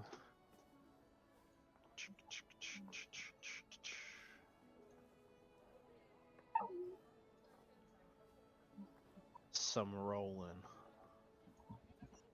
behind the scenes. Okay. Roll for consciousness. Um. So you guys head back up. Yeah. Roll for ball bearings. Roll for your balls. Um. So this is what you guys hear before you go back up. You hear some cutting. You hear a body slamming on the ground, and you hear hurried footsteps. We should probably run up then, huh? Definitely. Run, run, run! And again, Pat is at the Alright. front. Yeah. At front, boy.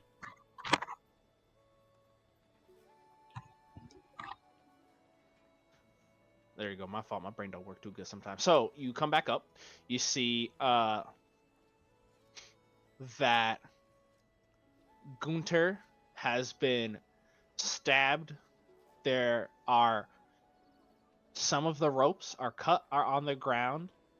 And you see that his body was used to walk over the ball bearings. What a bitch. How'd they get the door open? You I see mean, a this window place was is full of broken. windows. Son of a bitch! So that is what has happened. I rolled 2 luck rolls to see what would happen, and Urgot got real lucky. I could tell. Urgot's Pat gonna is get gonna got. go over and grab that pan. Pat, you unite with that beautiful, beautiful, beautiful pan. The pan.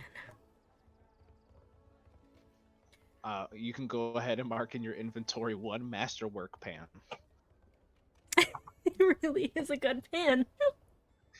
You could, so if you don't have like cooking utensils on you, you can say, I'll say you'll have cooking utensils, and you'll get like +1 to the roll for when No, you you're roll with good. it. I have cooking utensils.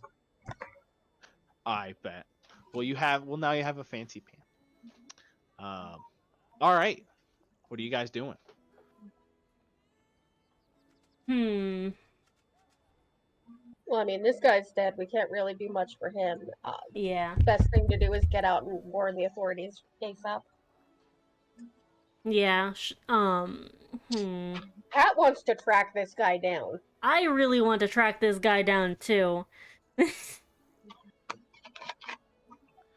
Alrighty. So, what I'll say is, I mean, he's got to be bleeding and I was definitely just about badly to say, injured.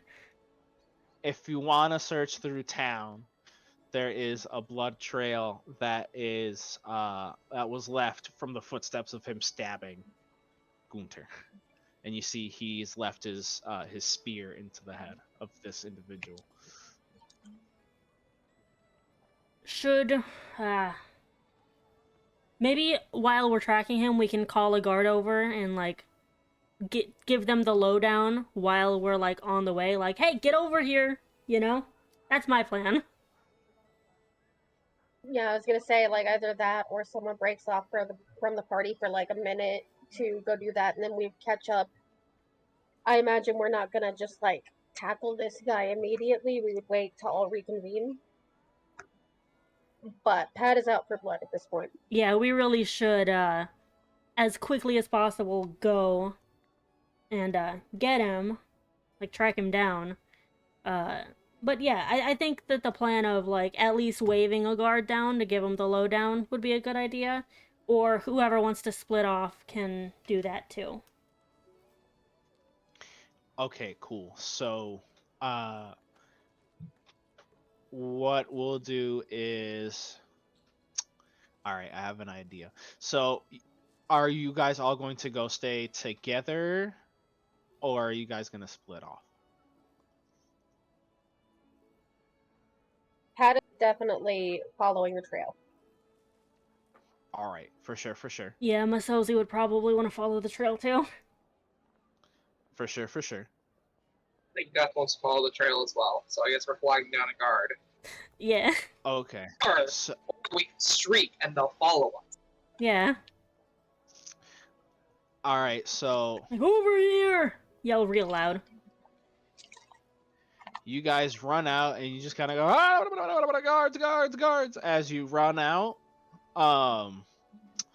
into the rest of the shopping district. So this is what we're going to do. I'm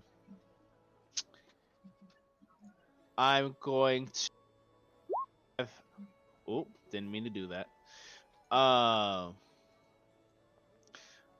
I'm gonna have you guys do a skill challenge to investigate and see if you can track down where this gentleman is. So this is how this is gonna work.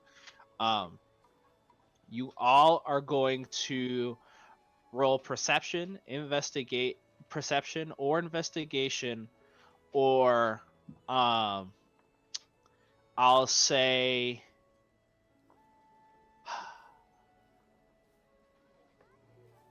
Pat, you specifically because you're more familiar with actually Pat and Gus because you're both familiar with the area. You guys can roll history for like knowing like how to maneuver around the district. That you guys roll, or you can roll something else if you explain to me how you're using that skill in order to find them. To try and track them down, you need 3 successes. If you get 3 failures altogether, not consecutive, not consecutive, just that amount. If you get 3 failures before you get 3 successes, you're unable to find them. If you get 3 successes, we can go ahead and discern what goes on at that fact. I'll After that do fact. perception. Nice. Cool. A dirty, So dirty 20. you got una 20 sucia. You go ahead and you're hot on the trail. You're looking, you see that the blood the blood trail is quite thick and viscous, as it goes ahead and it goes down deeper into towards Buckler Town, cutting through alleys and stuff like that. uh Pat, why don't you go ahead and roll for me next? Alright, I'm gonna do history.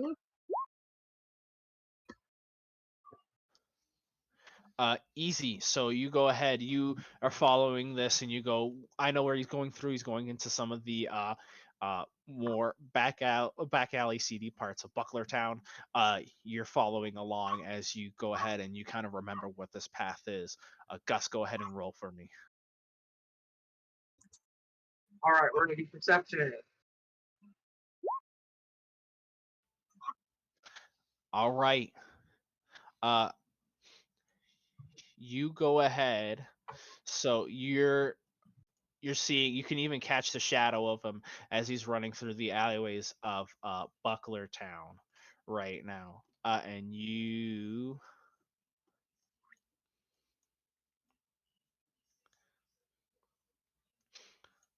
all right, let's see. Let me get y'all over here.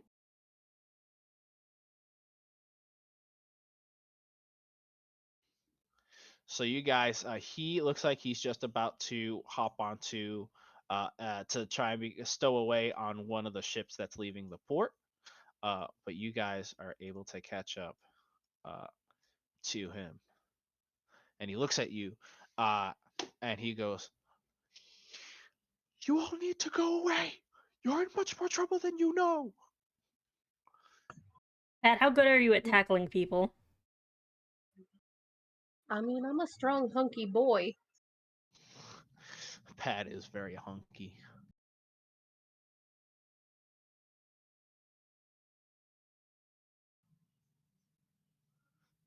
So you see him, he's edging towards the edge. I'm gonna need one of y'all to kind of act quickly.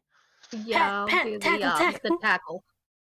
All right, so we're gonna call it a grapple check. So you go ahead, roll your athletics, versus his, and we'll see who gets higher.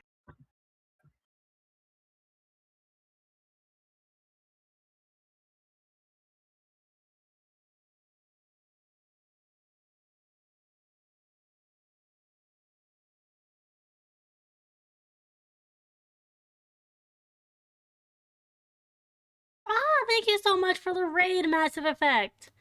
Welcome in. We're doing D&D. We're tackling a guy. The guy was just been tackled. So you see Pat drops low and freaking boom grabs him, and because of the rage that he's kind of edging on, he German suplexes the dude. So you see his legs go up and bam smashes against the wooden boardwalk that allows the ship to fly by, and he goes and he's like, let me fucking go, and he's wriggling and he's trying to like bash at you, Pat, but you have him in a good lock. Do I look around? Do I see like any guards? So you guys called for the guards. Yeah. They're kind of they over there. You know what? Here, how about why don't you roll me a D100, and we'll do a raw luck roll, and we'll see if there's any guards around. Does that sound fair? Yeah. All right, go right ahead. I'll say 60 or above. Hey. How about Perfect. a 63? Beautiful. So there is we'll say there is a guard that was just rounding around the building right here, and he goes, "Hey, what's going on over here? We have a criminal Oh, over you here. want We've this thing? apprehended him. Come, help." All right, I'm coming. And he goes ahead and he's kind of hop as he runs over. And he goes, Ergok, what are you doing? Before Urgot can speak, because I know the boy's gonna try to fucking go do some yarns, probably try to lie. It's like, go investigate his shop right now. You'll find his own worker dead. You'll find a little secret passageway down to some bullshit. You'll find the stolen museum items. All of them. Well, He stabbed all but me. one. He stabbed us. He attacked us. We were simply asking questions, and he started locking the doors and all this. Blah blah blah. she's gonna really rant and rave about it. Like, Pat's just standing there, like, holding this struggling guy. He's like, I would love to show you my guild badge right now, but I physically cannot. I am on official business, and they are definitely breaking the law. So this is what we're gonna do. So Urgok pipes up and he goes, "You gotta believe me. They try to raid my shop.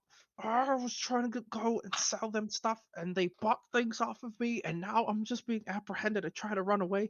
They killed Gunter, and now I'm trying to get out. Let me out." So Masozi, make me a persuasion roll, and he's gonna roll his own charisma. So you have to beat a 15. Come on, Masozi, don't fuck this up. Hey. Easy, easy. The guard goes. Like 10 more than him. Fuck you, I Urgok. expected better. I expected better at you.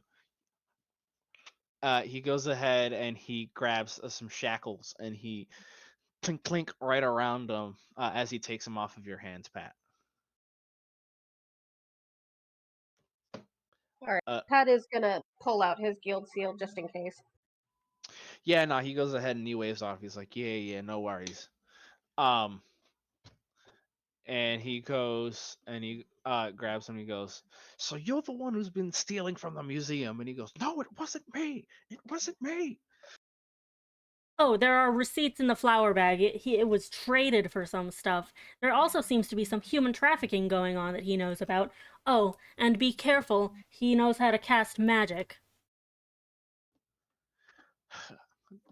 The guard goes ahead and he nods as he starts to drag him off to go ahead and apprehend all this evidence and stuff. And you see that Urgok quickly leaves your vision from the guard, along with the guard. Excuse me. Hopefully he doesn't cast any magic to get the guard in trouble. Hopefully my warning helps.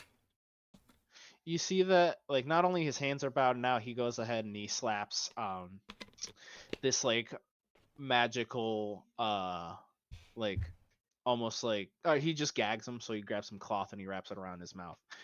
Not even magical, just stuffs it in his or ties it around his mouth so that way he can't go ahead and speak anything, so you guys can be reassured that he's not getting away this time. Good. Alright. Fuck that guy. Well, I suppose we should tell the folks at the museum and maybe get some steaks, because I feel like we should also keep an eye on the museum as well. All right. Moss, do you want to call like a 15-minute break? Yeah, that does seem like a pretty good pause point, so we can discuss what happened, get some snacks, get some drinks. Yeah, I'd like to throw away my debris and put away my cake. Yeah, I gotta use the little DM's room. Tea. All right, cool beans. So I'll be right back. That'll give you a second to thank the raider. Yeah, thank you so much, Massive Effect, for the raid. We are doing D&D, as you can tell. We do this every other week on Tuesday. And, yeah, I usually just play really whatever I want. There isn't really any rhyme or reason to what I play, usually. Let me give you a shout out, in fact, to... Hey, Lysanderish, you got it! Thank really you. huge backpack, but yeah. Yeah. Oh He's done. my god! Oh, I no. shitted. Sorry. Silly. Man, that fucking Urgot, what a bitch. And also, the pan. That pan was the most distracting thing in the universe. And it's great.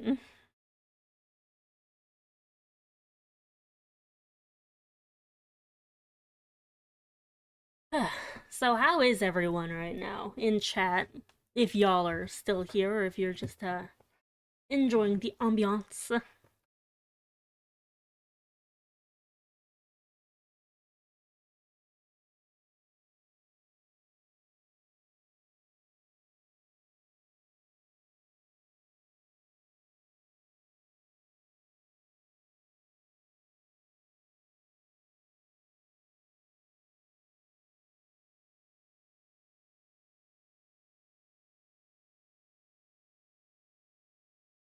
I'm just glad that we got Urgok.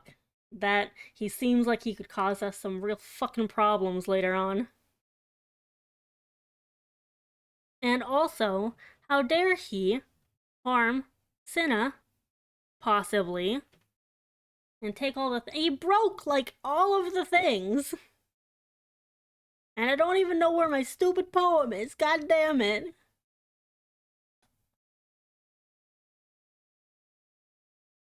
One part of 3 parts of a poem. I need it. For my mother.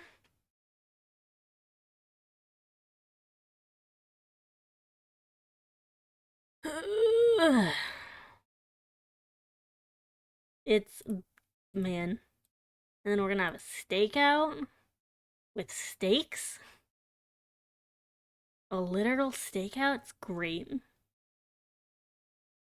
If we can find a place with even decent steaks. Maybe we can go to the Sleeping Canary and, like, order out.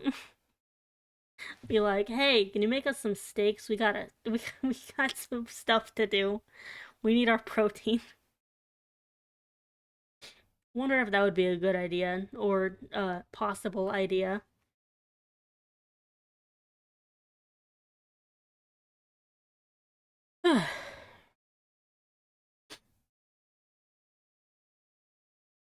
Man, I love putting slivers in people's brains. I mean, at least the bad guys, you know? The bad people, they are the ones that really deserve it. They attacked me and he killed his own buddy. Who does that? Who on this entire world would kill their own buddy? Probably someone trying to cover their trails, like a bad boy. He's very naughty. Now, I wonder, would anyone buy a t-shirt that just says the pan trademark and then a picture of a pan? That'd be hilarious. Now I'll just turn it into an emote eventually. Just the pan, and then it looks really royal and awesome and like the best thing ever. The royal pen of Regency. And honestly, Rafe, since it's Pat's dearest love, Hey, you don't know that yet. well, I mean, clearly Pat is very, very happy about how it looks. Maybe you could tell me what it looks like if I ever get it as a little emote. Wait, what is it? The pan. If I get a picture of the pan, maybe with the words the pan underneath it. If I get that, you should tell me what it looks like. The ideal pan. Well, I've got great news for you. As someone with aphantasia, I can't explain that. Oh no! Well, I'll just start sending you pictures of really good looking pans. But cast iron is definitely, Oh yeah, it would cast iron. definitely be a cast iron pan. Cast iron is amazing. I'm gonna start looking at cast iron pans.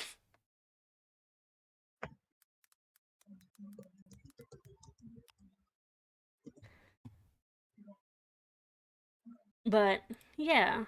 Yeah, What that's kind not what of I thought you were talking about. oh. Oh, you thought I was talking about like Cinna? Yeah. Oh. Nah. I wouldn't presume. What kind of like special effects do you think would be around the pan? Like sparkles or like a swirl or like a rainbow? I don't know. Maybe a Like bright shining light. sparkles that look weirdly like salt. Sparkles that look like salt. For some Perfect. Salt Bay action. Hell yeah.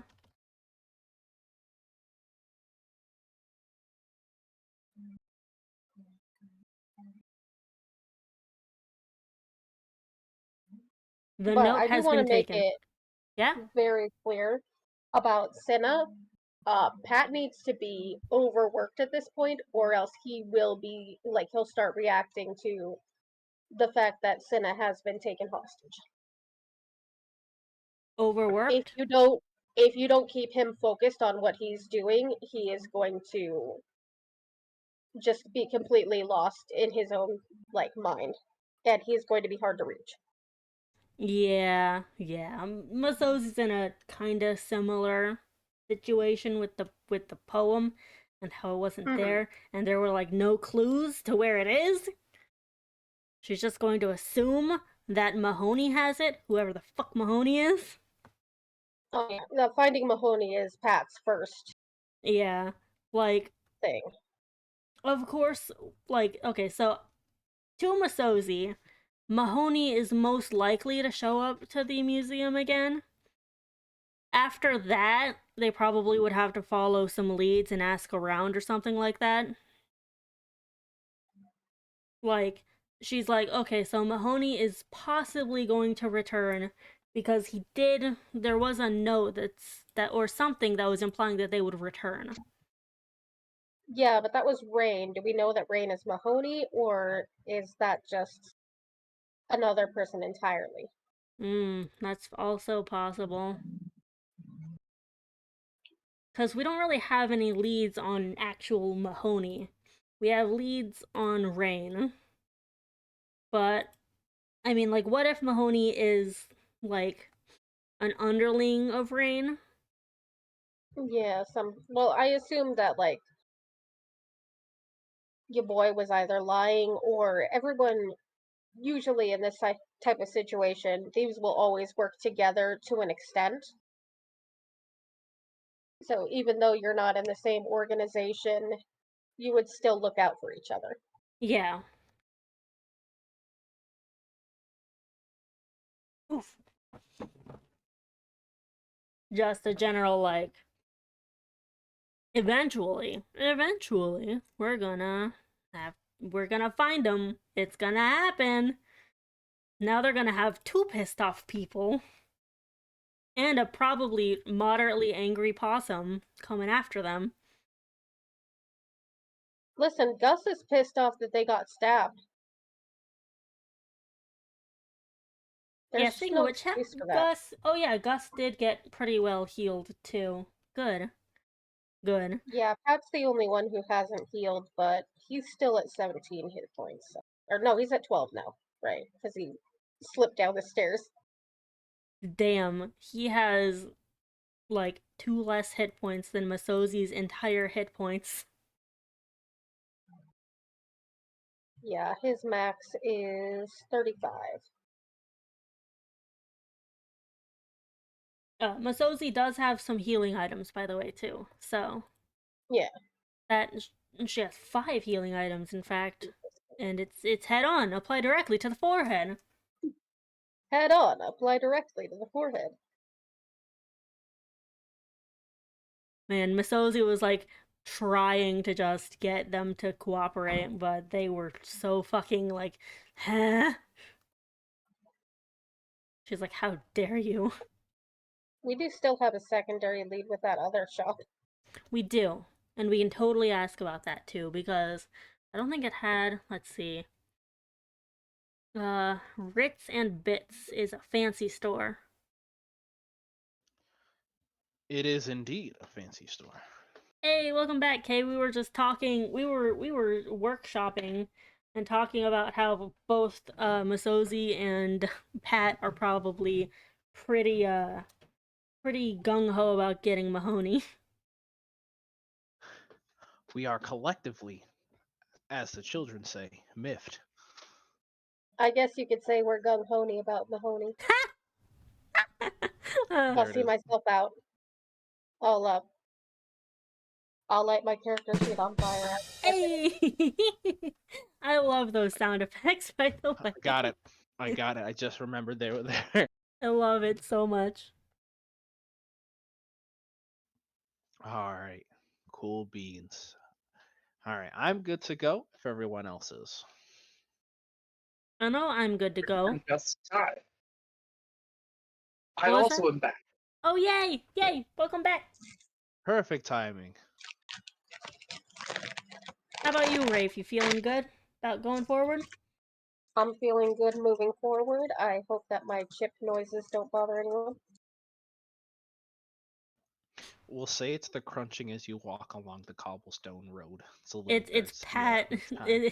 It's that, and also Pat cracking his knuckles, just like I'm gonna get this boy.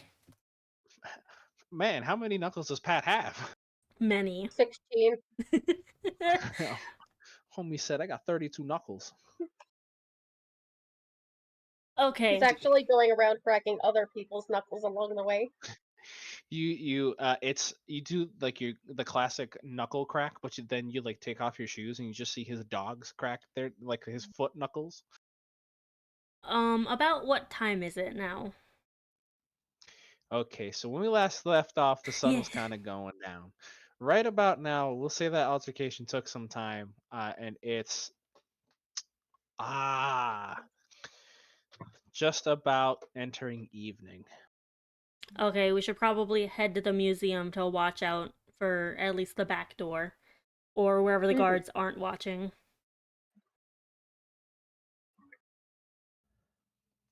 Do you guys have a plan of attack in place?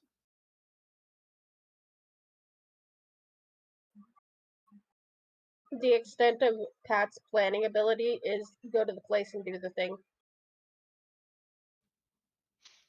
Yeah, I Bien. basically want to just see where the guards are guarding because we did alert them to, watch the museum and see if there's any like gaps in their defenses because we do know about that back door into the museum's underground area. This is very true. This is very true. All right, so you guys go ahead and you're gonna stake out for the evening. Mhm. Okay. Uh, are you guys buying steaks? If it's quick and like I can like pop into the Canary and just be like, "Hey, can I get some steaks real fast?" I'll say you're within rock's throw of where the Canary is, so you can pop in and you can get some uh, cheap to go food. Okay, I'll get that for us. All right, and so we'll say that you'll be focused, but we'll consider it a short rest. Do we all know how short rests work? Can't we use our hit die to regain hit points? Exactly. So any feats that restore on short rests are restored, and you are allowed to use up to your maximum hit die amount of hit die to recover health.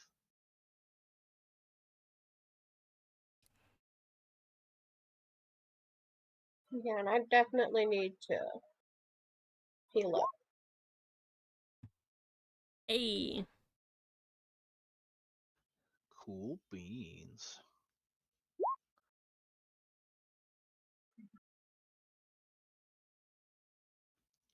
Cool beans.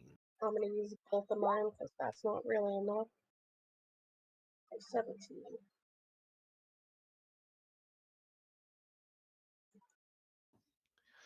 Ooh, Alrighty. get my wild shape back on a short rest. There hey. you go.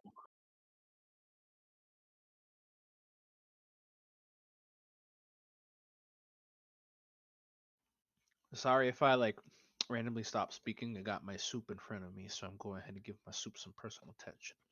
Soup. All right, so you guys, so we're all in agreement. You're staking out by the museum for the even for Yeah. now to see if you catch anything suspicious. Yeah. All right, how are you? So we'll do this in shifts, let's say, so that way everyone kind of gets an opportunity to rest their eyes a little bit. Um, so there are guards around the exit that you had stated. There are guards around the main entrances, kind of just patrolling around the museum.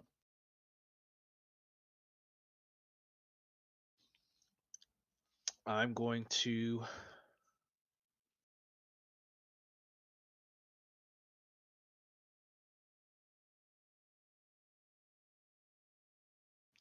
Let me see here. Where is it? I'm going to roll a couple times. I would like. So who's on first watch? We'll do 3 watches. Pat's probably going to volunteer for first watch just so he can keep his mind focused.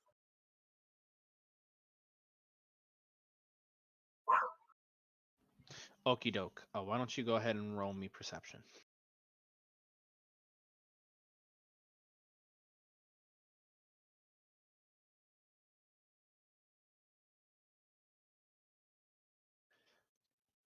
All right, Pat. Masozi and Gus are resting. You are out. You're diligent. What are you thinking about as you're watching for any strange movement? It's been a bit of a day for you. Pat is going out of his way to try not to think about Senate right now.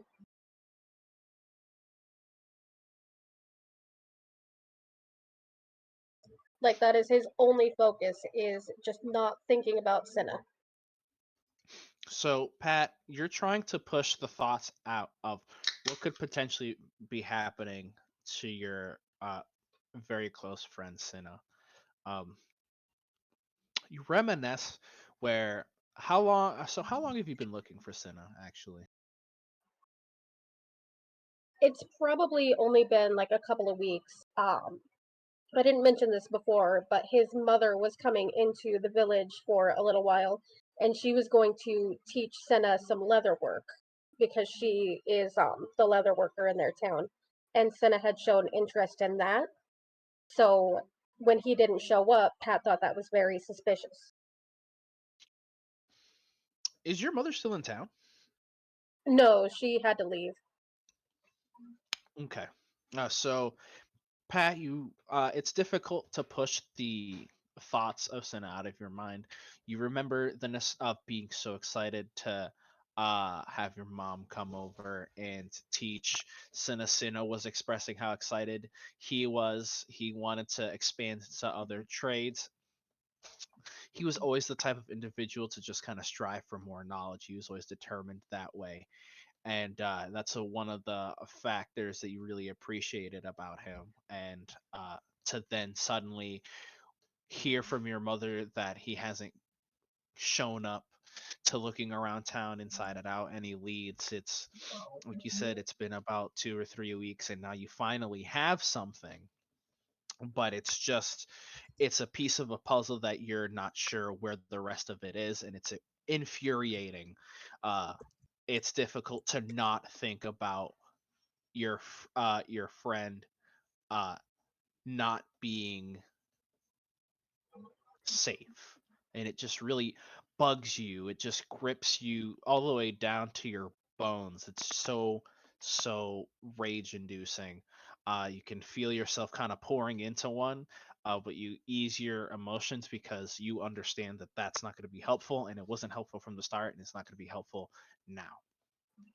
um as you're looking, you see a guard disappear.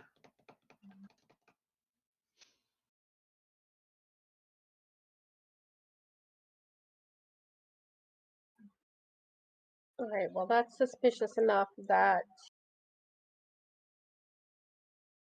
I don't think Pat would find it wise to go and check out something like that himself. He would probably pop back into the other two and try to rouse them. All right.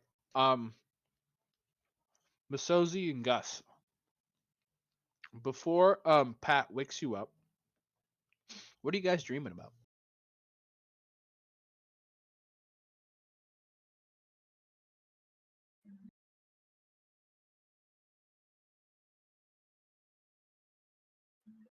I think Gus is dreaming about the time that she found the great mushroom, like that made her sick in the first place. Except now there's steak there. So, uh, you reminisce about when you initially had contracted this uh, blessing in disguise with the initial illness. You remember how bad it sucked that you couldn't go and play amongst your friends and your brothers and sisters. Their parents had to go ahead and separate you from everyone else because they didn't want you to get hurt because you were sick and didn't want them because you come from a place where they're rough players. They know they play rough. You've been around a community, and you just remember just like the first few times that you were so in connection with the mother fungus that you were able to cause these spores and kind of show evidence of your initial transforming into that myconid form, that it kind of freaked you out and it certainly freaked your parents out. And you're just kind of reminiscing over that. Masozi, what are you dreaming about? It's probably a dream that I've had many times before. Wandering down a street, a busy street of the city, and looking around at the forms of people surrounding me, these faceless beings that all seem to be staring at me and judging, and it's just this constant, like, they just have bad juju radiating off of them. And yeah, just wandering, it's just this endless just path wandering through these faceless people. Can you give me a perception check? Yes.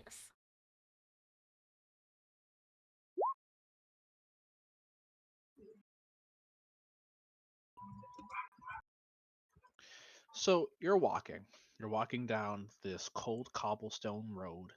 Uh, you see that your elegant dress is in tatters. You're walking barefoot alone. You see a lot of these prying eyes through these cascading shadows of these cascading silhouettes of individuals. Um, and you notice that they start to slowly dwindle. You notice that they are almost as if they're dying off or getting killed. Um, and you see slowly like bodies are dropping. And you see a figure as you continue walking in the distance. There's two. There is this mass of black, white, iridescent. It's the same color as your magic missiles, that white, deathly glow of the lack of life. And you see this. It looks like a man, and there's fire around this little area that they're around, and you notice that the bodies, as you look over them, they have like holes burned into their chest. And you see in this circle you are shot to, and you see there's this black mass.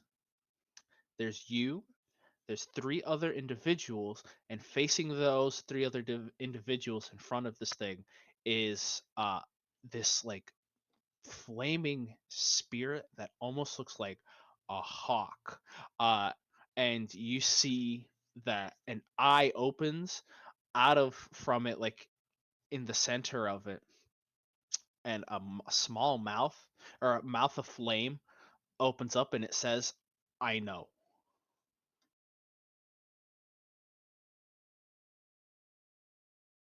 Well, Pat, And you then you might get a shake it. little smack when you wake me up. I'm sorry.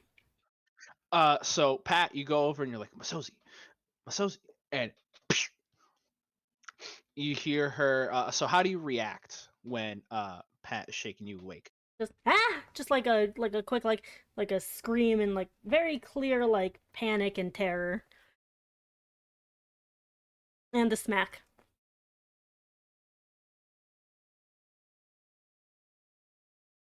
What Pat's immediate response to getting smacked is, "Ooh, let's do this." what? What? I'm just gonna like blink my eyes open, like, what's going on? Yeah, and he's like, I just saw a guard disappear. I didn't want to tackle this alone. We're better together. Yeah, yes, good. Yes, we go. But we By proxy of the sound of the loud slap, because Pat's got a very chiseled jaw, so like that the clasp of the air escaping from the smack in his chiseled jaw, um, and the scream from Masozi awakes you, Gus. As you were sleeping, belly up, all four paws in the air, as you're like.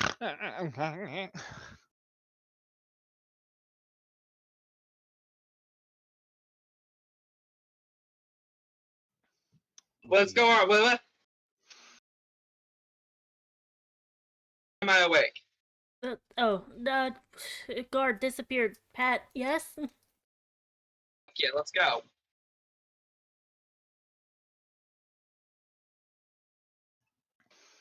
All right, so you guys go to where the guard disappeared. Um, and I want as you guys go to run over, you see that he's back. Did he just go pee? Or is this the same guy? You are not familiar of like what specific guards were there, and they all wear the blue and yellow tabards of Aegis with the shield symbol on them. Um, so you wouldn't be able to parse if this was the exact guard that was around at that time.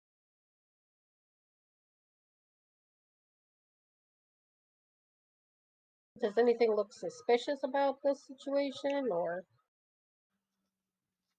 He's standing there. If you want to look deeper into it, why don't you go ahead and roll me a let's say investigate. I'm not so good at that, but I will try. Hey!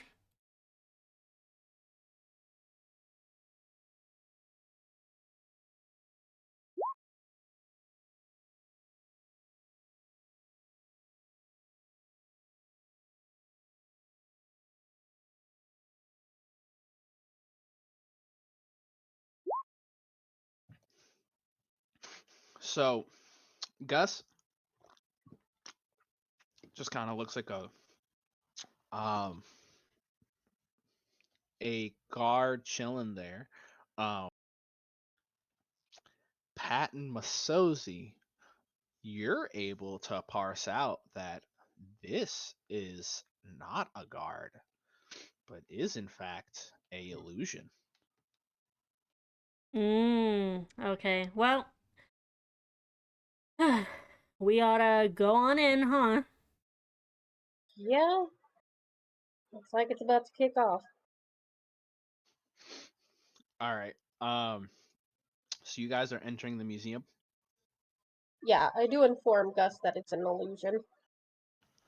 Yeah, you go ahead and Gus. At first, you're like, you see them kind of like looking past the illusion, and you're like, what's going on? It's the guy's right there, and then they go and point and they tell you to squint your eyes a little more, and you see like there's no face beyond like the helmet that's on him, and you realize quickly that it is indeed illusory magic. Fricked. All right, so we're going to head into the museum. Yeah. Yeah. All right, just give me 1 second.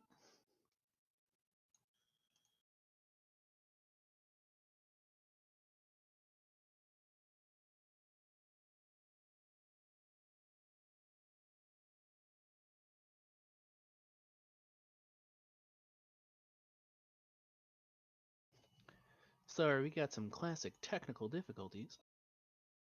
Classic. I Gotta mean, love for my roll stream, it 20. is classic. Come on.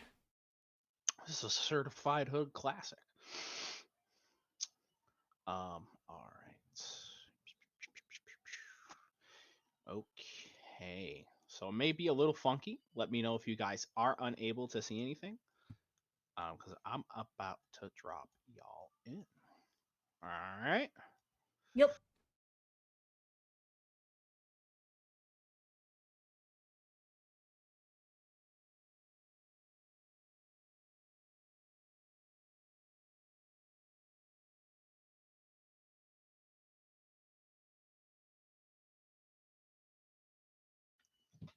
Are you guys all able to see? Yes. Yep, we in the spooky zone now. All We right. in the spook See. zone. So you guys see from where you entered and where the guard had disappeared, there was a small door that you guys are able to enter through to your left over here. Um, and you guys enter into the museum. Now, before you went straight to the what's it called? You're led straight to the lower museum part and into the archives. So you aren't super familiar with the museum unless one of you would have visited here beforehand. Um, so you guys are kind of spelunking around, um, searching for whatever's going on. Do we remember the general direction we went to get to the archives?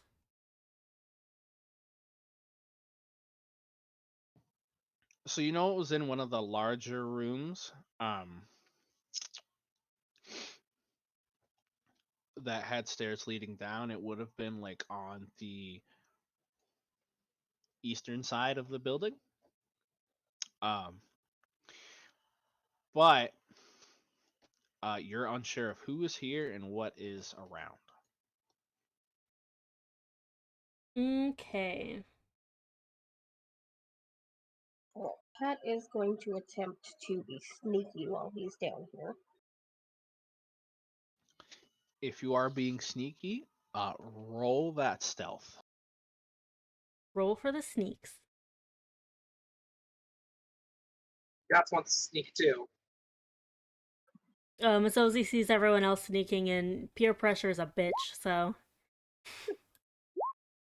Hey! A natural 20. Damn, that's a crit right there. So, Masozi, you become one with the shadows. Um, so you all are pretty confident that you're hidden. Um, you guys can go ahead and start moving at your leisure. Um, through the museum. I will say a bunch of what's around because it's late in the evening is locked. So keep an eye out and be careful. So you guys can go ahead and move at your leisure. Peek over here really fast just to. Pat is definitely following Masozi. He does not have dark vision, and I assume it's very dark. Masozi got that good dark vision. And also, I think Gus might? I don't know. Yeah, I have dark vision. Well, if Gus wants to ride around on Pat's shoulder and direct him as to which way to go. Yeah. Because Pat's just like, I can't really see in here. Bet. We can do that.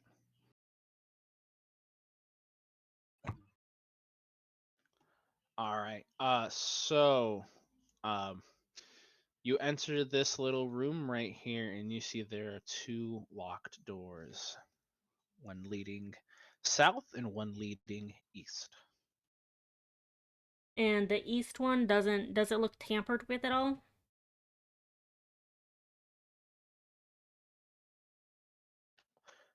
Upon immediate inspection from where you are, it doesn't look that way. Why don't you go ahead if you want to look closer? Roll me investigation. Okay, I don't know which door is easterly, so I'm just gonna assume it's that one. Yeah, the one to the right. Not very good at that. A little shaken Looks up like, from that dream. yeah, you still got the shakes of whatever the heck that meant. And while you're focusing on that, you just kind of look at it and you're like, yeah, it doesn't look open. Doesn't look open to me.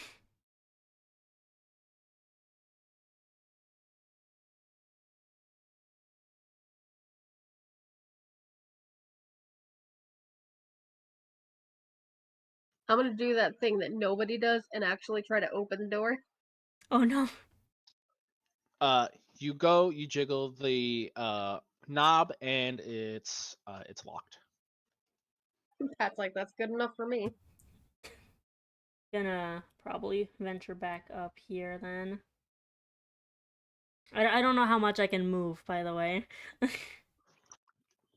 I don't want to move too much. There are borders set, so you shouldn't no clip through walls. If you do, pretend you didn't. Okay, and then is this a door? Yeah, that's a door. So that door is open. Okay, I'm gonna go in here. Yo, going over in here. Do you shout that? Yeah. Well, not shout, but like I'm like kind of near them. I'm like, hey guys, I'm over here.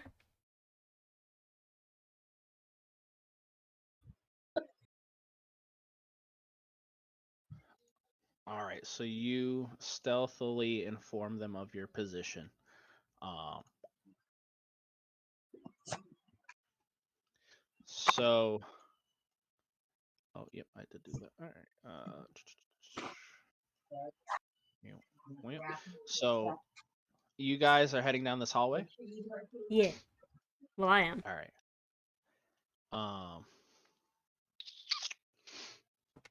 Could I? So, Masozi, you're leading the charge on that, correct?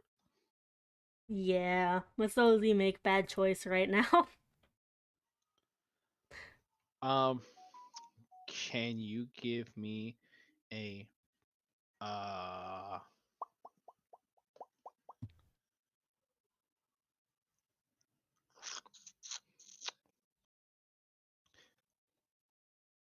Can you roll me a sleight of hand check? Sure.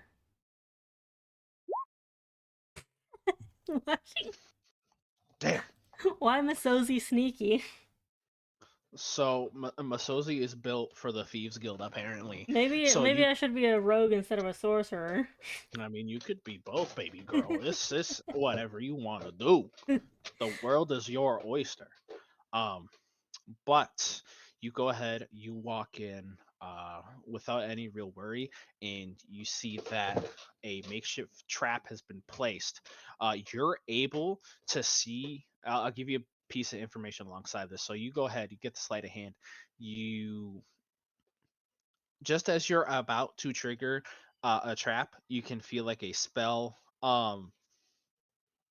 Like a spell's being set up. You dodge out of the way and lightning strikes. You have seen, you can see that this trap was set not too long ago. Guys, there's traps they're recently set. It was a lightning trap, guys. Pat's like, alright, Gus, be my eyes. All right. So Pretty Pat, scary. you can't see anything, right? Pat has no dark vision. Okay. So Gus is like leading Pat. Pat is Okay. on, Chewie Gus is on style. Pat's shoulder, just explaining what's there. So Gus, so Masozi, you look back, and it looks like Gus is helping an old woman cross the cobblestone road. No. As Pat has a hand out. Not only has the divine given him lack of eyesight because of his glasses, um, now since he's but a mere human, he can't see in the dark. So Gus is like, all right, so you want to watch out. There's a cobblestone. There's like bricks on your right. Gus is walking him through, going ahead, and he's got like an arm in arm. Um,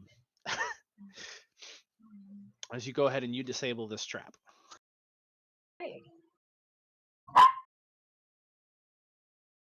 Rad. How about the door right here? Is that how's that?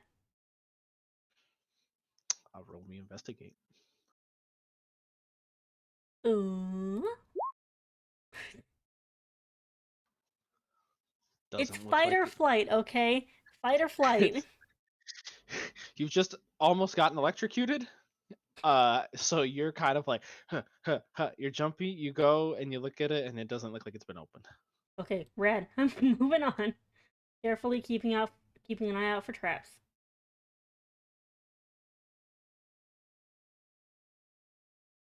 All right.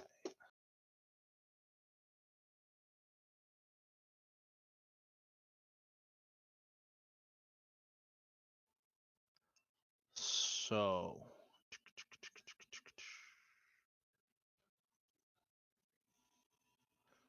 I'm going to roll something.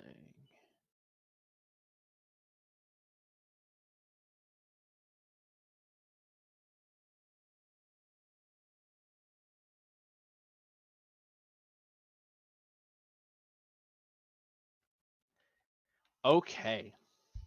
Um. hmm.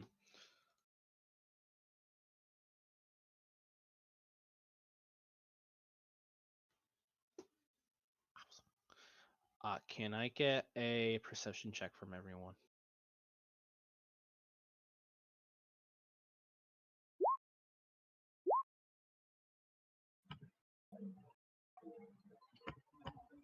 How good is your perception check gonna be, Pat? Not good. I was about to say, do you want me to roll a disadvantage? But I don't think it's necessary. All right. The dice gods know. Um. Gus, you see something you're not able to parse. Let me see. Go from here to here.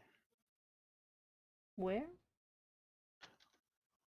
Oop, my fault. Had it on the wrong layer. Excuse me. It went this way.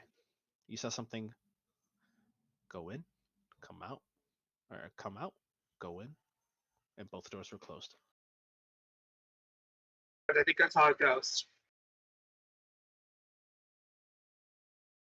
Well, that's not good.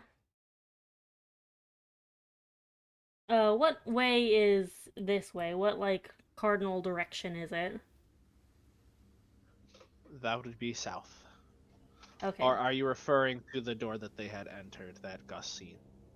Yeah, this one. Well, That would be east. okay, cool. Or you can say the door on the right. Whatever. I'm trying to practice my cardinal directions because I'm bad with them.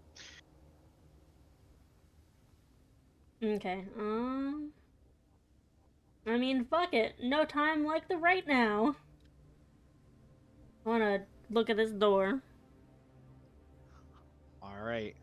Go ahead and make investigation with advantage. Hey, yo. Boop. Didn't even need it. All right. So you see that the door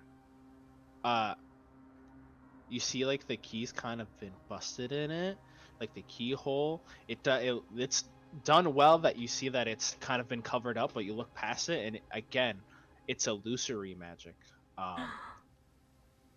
You guys can walk in the room. Bitch, let's do it.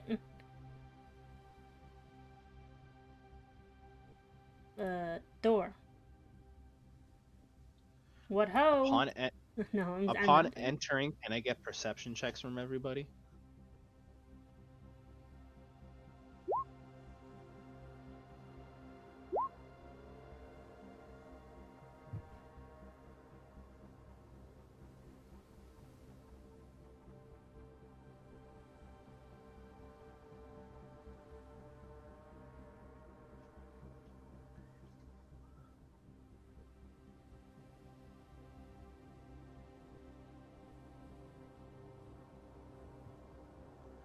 Okay.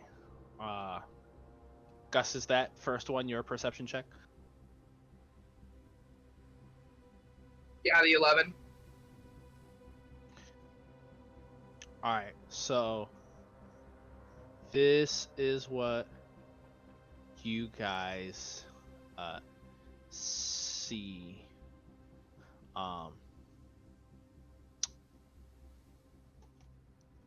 You see that there is here, let me put a token on there.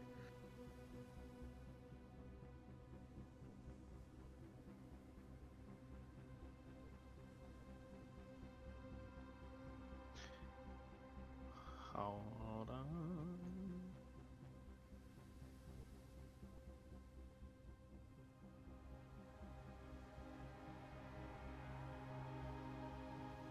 You guys see, it looks like a student rifling through this dining area,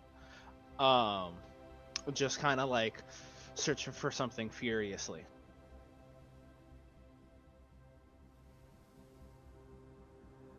Hmm. How old do they look? What was that?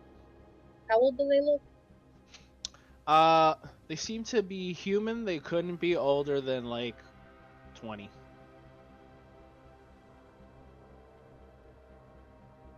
They're a student, which means that they're probably somewhat well off.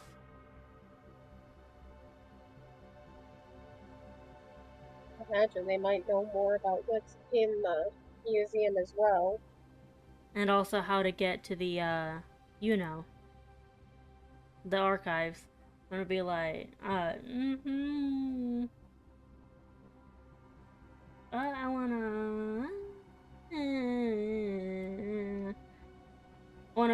wanna, like, clear my throat and be like, excuse you?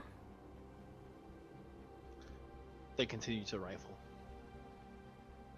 What the hell do you think you're doing? It seems like they're ignoring you, and they continue to rifle. Can I throw a ball bearing at them? Pat's just gonna walk over and look at them. Roll me, investigation. Because I feel like this is some kind of magic. Yeah.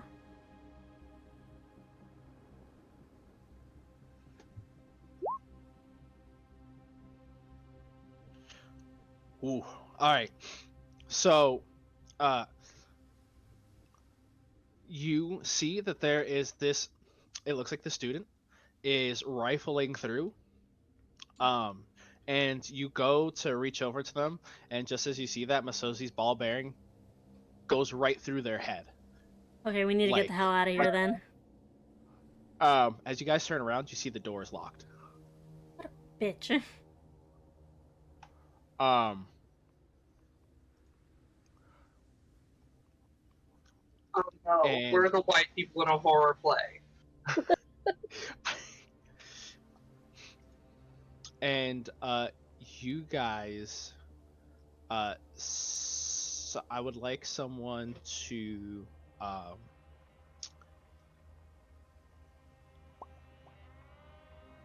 excuse me, I would like you all to make a dexterity saving throw.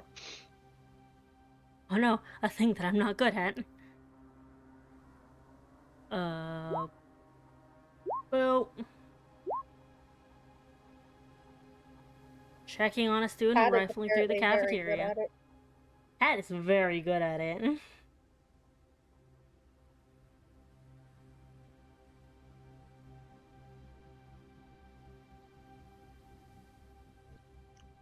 Gus. As the illusion goes away, Pat Masozi, because you're now starting to get a little used to what's going on, you see some of the cutlery comes up and starts flying at you. You guys are able to dodge. Gus, you're just too late. Can you go ahead and take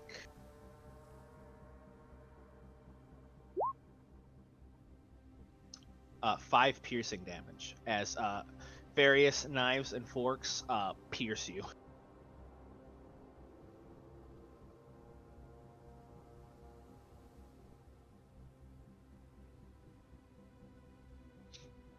And just as that Ouchie. happens, the door opens up again. Another trap. Okay, well, clearly that was a dead end. I'm gonna head on out. Did they really just bring us in here to throw plates at us? That was very rude.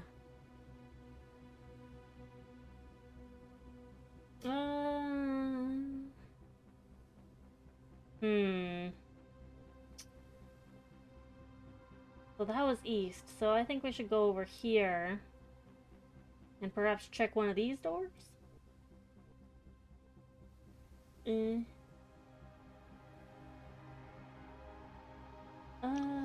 Which door? Do you mind pinging that again? I'm sorry. I want to say, like... Is this a door? Yeah, that one is a door. It looks like that it is open in it. You look in and it seems like it's like an ancient weaponry room, so it's got like some really old artifacts that have to do with like some older versions of weapons. So you see like one is labeled weapon consumed by the languishing. So it's kind of got this like weird darkness to it that you can see. Not like anything useful, but just like a lot of like ancient like either weaponry or armor. Okay, yeah, fuck it. Let's go on in here, see what's good.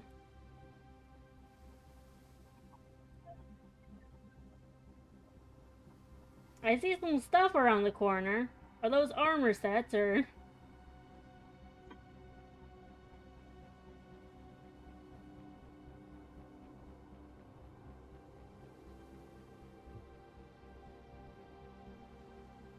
We're hoping for armor sets.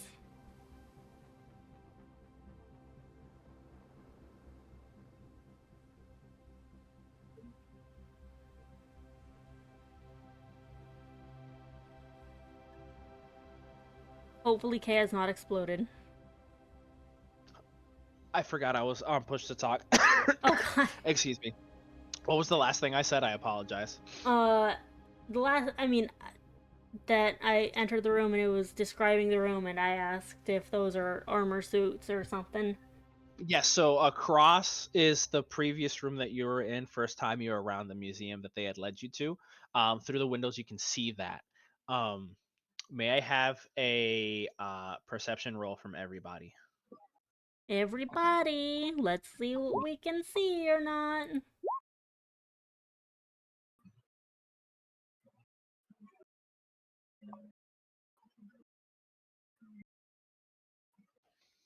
Okay. So this is what happens. The door that you guys entered through.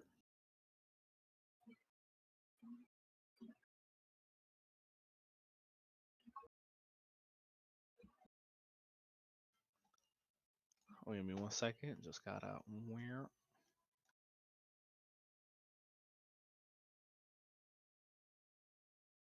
Goddamn The door doors. behind. The door locks. You see the door over here just closes and locks. Um, as you see that uh one of the armor sets, the mannequin under it, uh Oh, looks I like hate that. it Oh, I starts hate to that. starts to come alive. Um and you see a sword come alive as well. Can I have you guys roll initiative? Look at this fucking thing.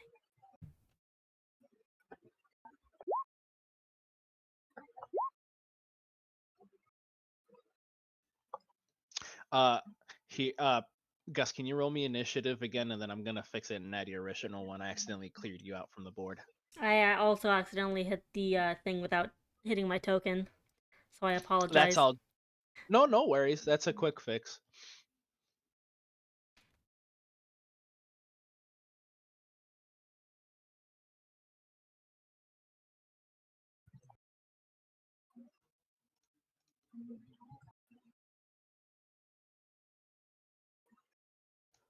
So you guys see.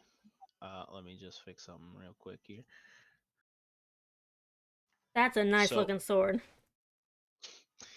Thanks. Bam. Uh,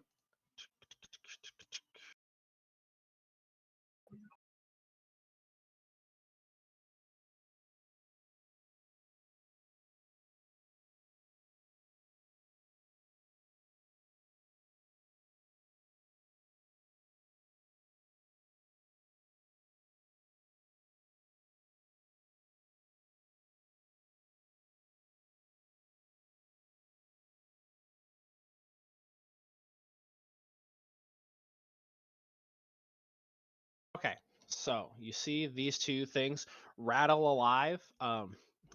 Masozi, or Moss, can you click your token and then roll again, and then I'll fix it? Yes, I can click on my token and do the thing.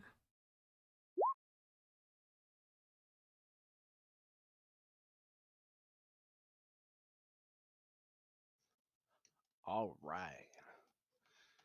Thank you.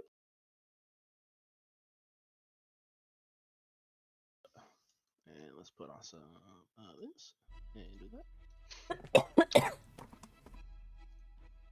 I'm starting to hate mages.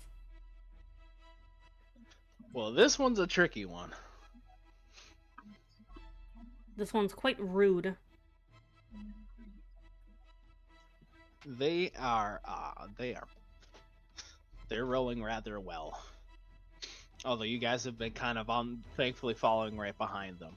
So you guys are doing amazing as well. All right.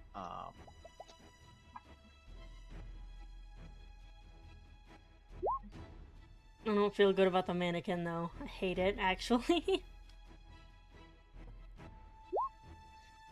It just wants to give you a hug. I don't see what the issue is. There's like okay mannequins and there's not okay mannequins, and that's a not okay mannequin.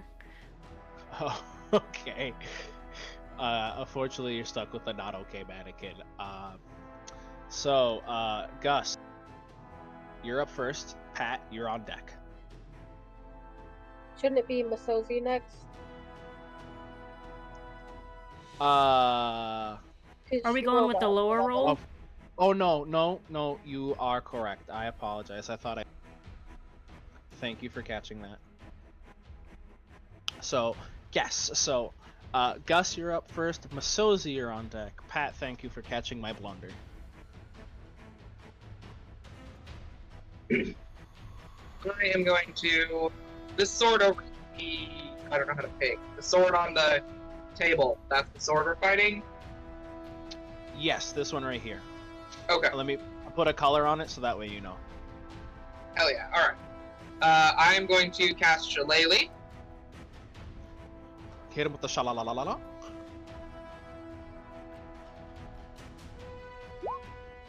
And then I'm going to 1, 2, 3 run over here, and I'm gonna hit it. Thwack it.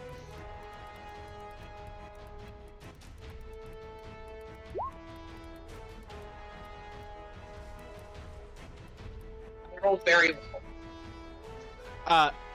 You have yet to like remove the cutlery from your like torso, because you thought it made like some good decorations, kind of like, yeah, I'm looking metal. And you go ahead and you run up, you cast Shillelagh, and you have this blue mushroom-tipped vined quarterstaff. You go and try and bring it down on the axe, but the axe parries and meets you, cutting some of the mushrooms off as it swirls itself around and throws you, not like actually throwing you up, but throws your arms away, deflecting the blow easily. Is there anything? Mushrooms? Not the mushrooms, man. Is there anything else you'd like to do, my good lady? Nope, that'll do. Fabulous. Masozi, you're up. Pat, you're on deck. So I don't really think any of these have a brain, which is unfortunate. I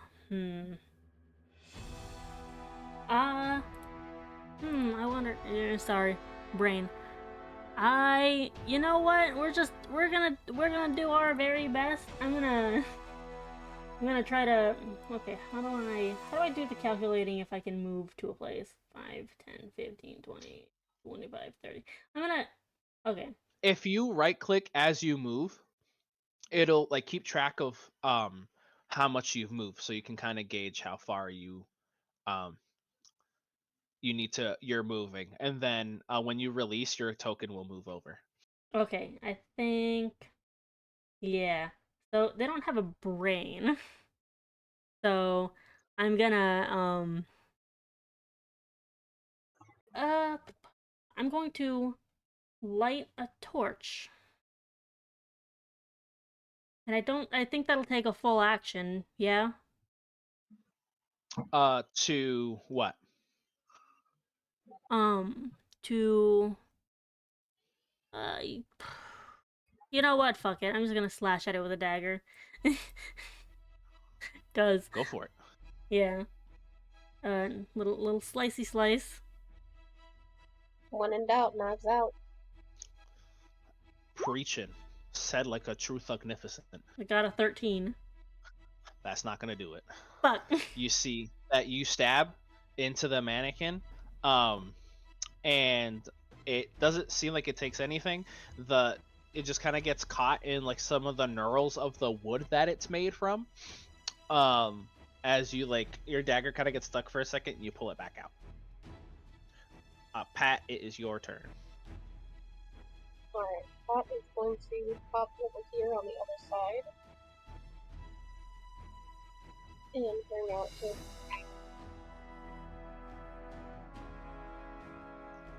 Can you repeat that? You're coming in a little quiet. Oh, sorry, I said I'm just gonna pop over here and bring out my axe.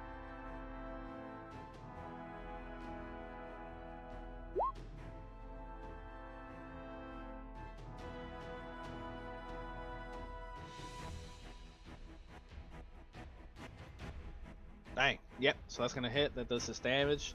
You slice, lumberjack style, chopping the one of the arms off of the mannequin. It doesn't make any noise. It doesn't really move, but you can register that it's taken some damage. All right. Fabulous. That sounded like a zombie noise that I heard. In the background of the music. Is that the sound the mannequin makes? You just see a zombie just walks into the room. You're surrounded. We're switching games. We're gonna play Wasteland. That's what we're gonna do. Is there anything else you would like to do, Pat? No, I'm good. All right, Pat is good. Mannequin, up. It's gonna go ahead and bash once into Masozi, once into Pat. So this first roll is gonna be for Masozi. 7, I don't believe is going to hit. Nope. All right, next is Pat.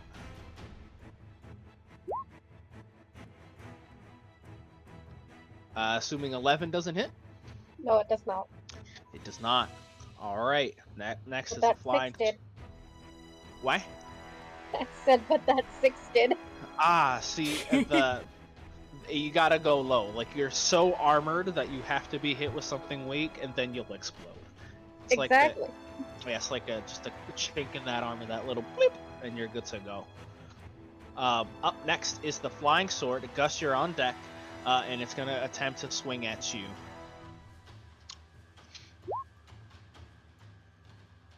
Dang, they should roll straight butt booty cheeks. Trying to use the momentum it had, it tries to fly through the air and swipe at you, but you go ahead and you Matrix style straight lean back, dodge the swipe, and it is now your turn. Masozi, you are up next. Book it. Back with my quarterstaff, shillelagh. 10's not gonna do it. Wow, it's a very eventful fight. It's right now. It's looking like practicing some choreograph right now. It looks really cool. You guys are dodging and slashing and smacking, and it's just looking like you and this flying sword are caught in like a lightsaber battle. Just near minus all the near. Is there anything else you'd like to do?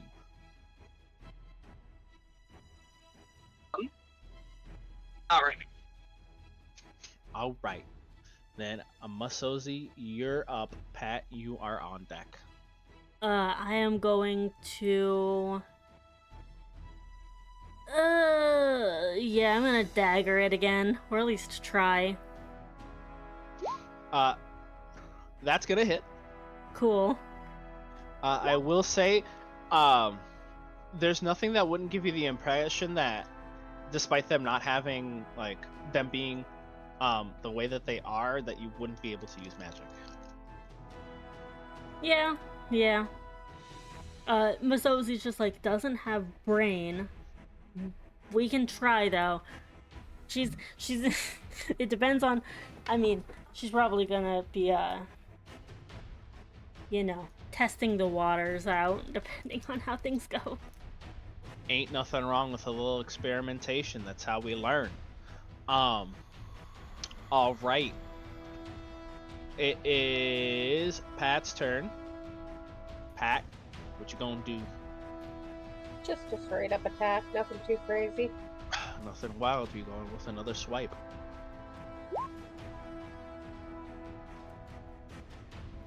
That will hit. Jesus. My Dang. goodness. Nice. Pat. This mannequin is barely hanging on, as like the top half of it is kind of cut out. You see just like the board insides of it. It's just like dangling by some of the wood that's still attached to it. You hear like the snapping as Pat just poof poof poof thunks right into it and is chopping it down. Is there anything else you would like to do? Running the risk of getting attacked by it, I am gonna move up here so that I am facing the sword as well. Or for next round. All right, cool beans. Let's see what happens. You're good. You're good. It tries to like use its limp half to smack you, but you're able to like jump through the gap between like the two halves of its torso that is still attached, and face off against the flying sword. It's a mannequin, leaving Masozi with it. So you see Masozi, the shambling, now dangling mannequin, lifelessly wanders right in front of you, and now with its one arm tries to bash right into you twice. Does a 15 hit? Yes. Here, I'm gonna roll the other attack. 2, 7 doesn't hit.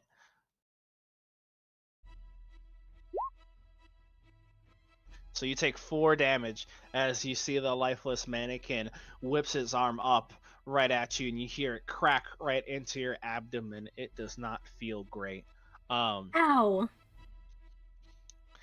And then it's going to move over here,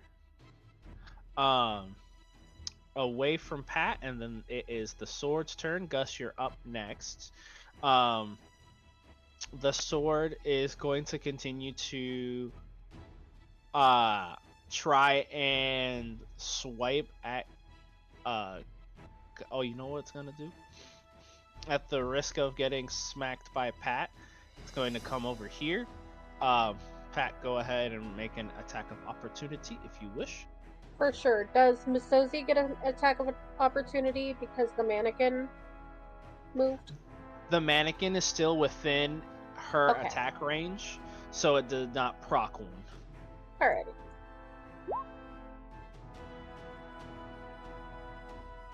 Yep, go ahead, and so you did 9 to it. Cool bean.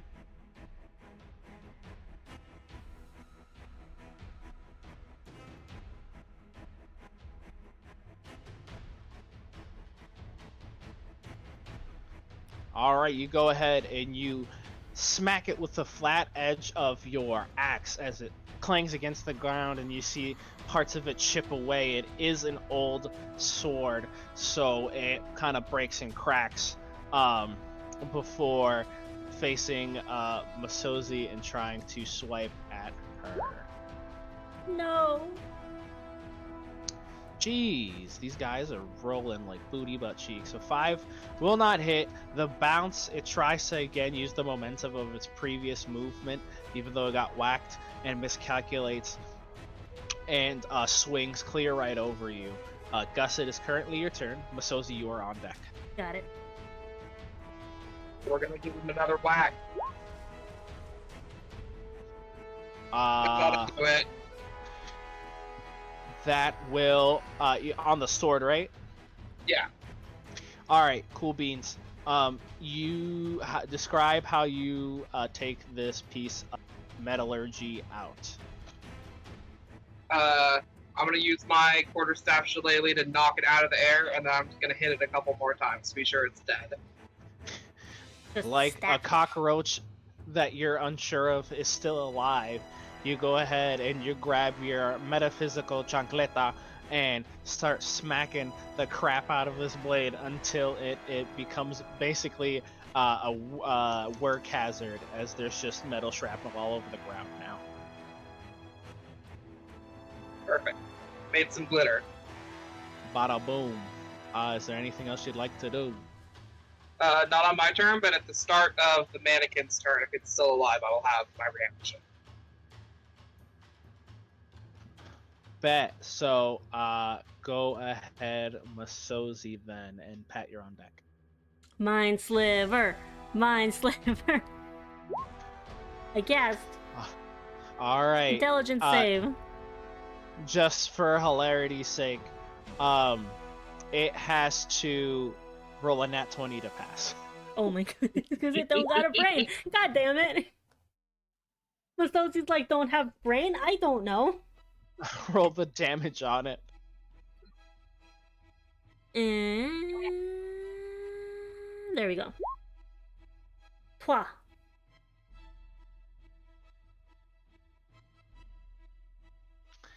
It is surprisingly still standing, I as fucking you see. hate this mannequin. You see kind of like the effect now that it's spliced open. Gus and Pat, you notice something interesting about this. So you're used to kind of like the iridescent opalescent effects of Masozi's power. Now that you're having an internal view because of the way that it is shot, you see like through the body of it, you kind of see like these haunting black shadows and tendrils. It's almost like it's smeared of like black ink kind of shoot through the what would be body of this thing. It kind of almost control it's against itself as it affects this thing to such a physical degree. Pat, you're up next, or you're up now, unless Masozi, did you have anything else you wanted to do? Nah, I'm good. All right, then Pat, it is your go. I'm gonna pop over. Is the sword dead? The sword is dead. I'm so sorry. I should put a little thingy on that. All right. Pat's gonna stand here and attack. He does not like whatever he just saw.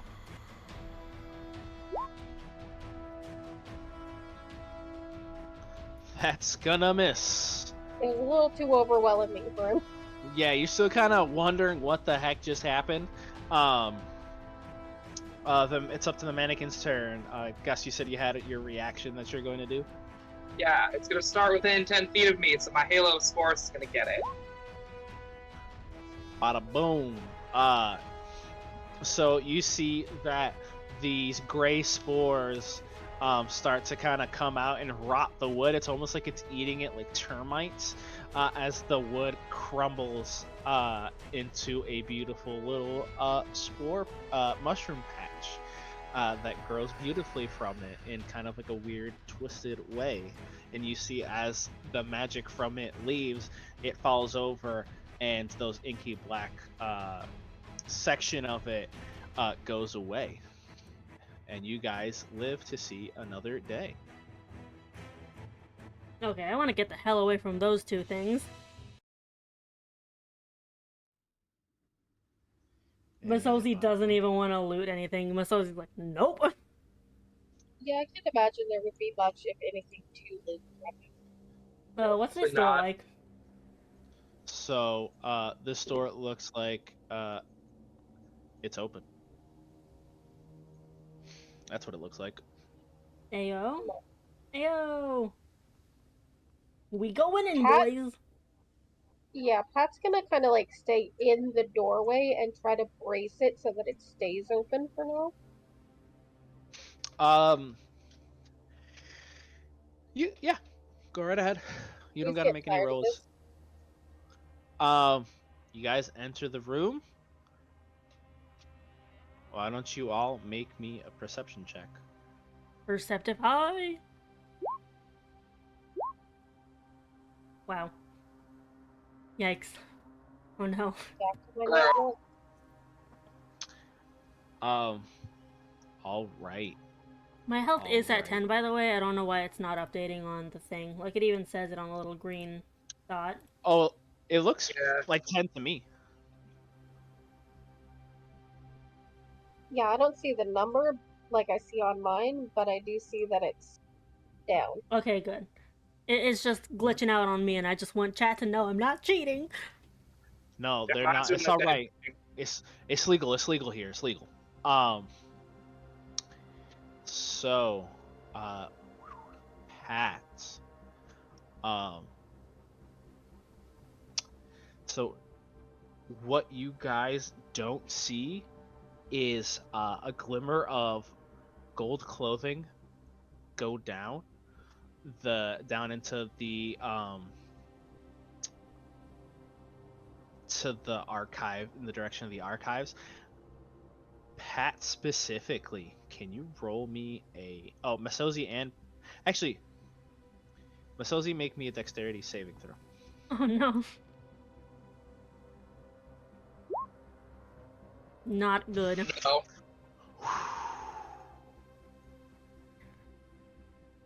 Told you, dexterity is not Masozi's strong suit. Yeah. Rip.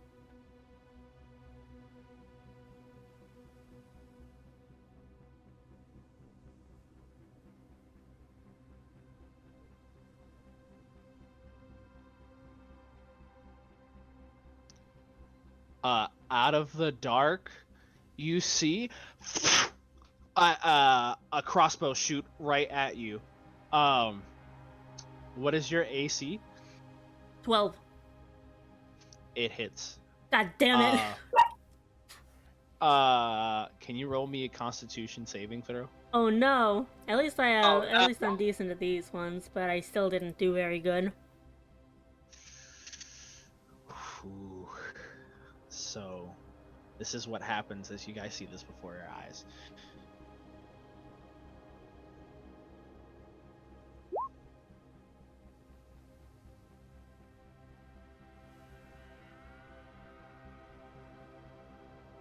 By the way, Kay, we cannot hear you. So your max health is 14. Yep. Okay. So, boom, boom, and then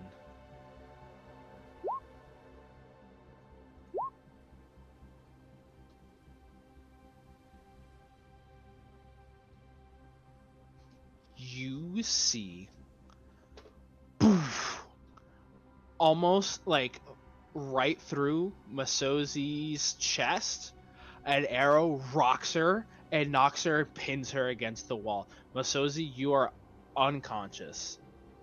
As Am the I arrow, reduced to 0 hit points? you are reduced to 0 hit points. But am I... Was it radiant damage? It was not. Was it a crit? It was not. Okay. So I can make a charisma saving throw.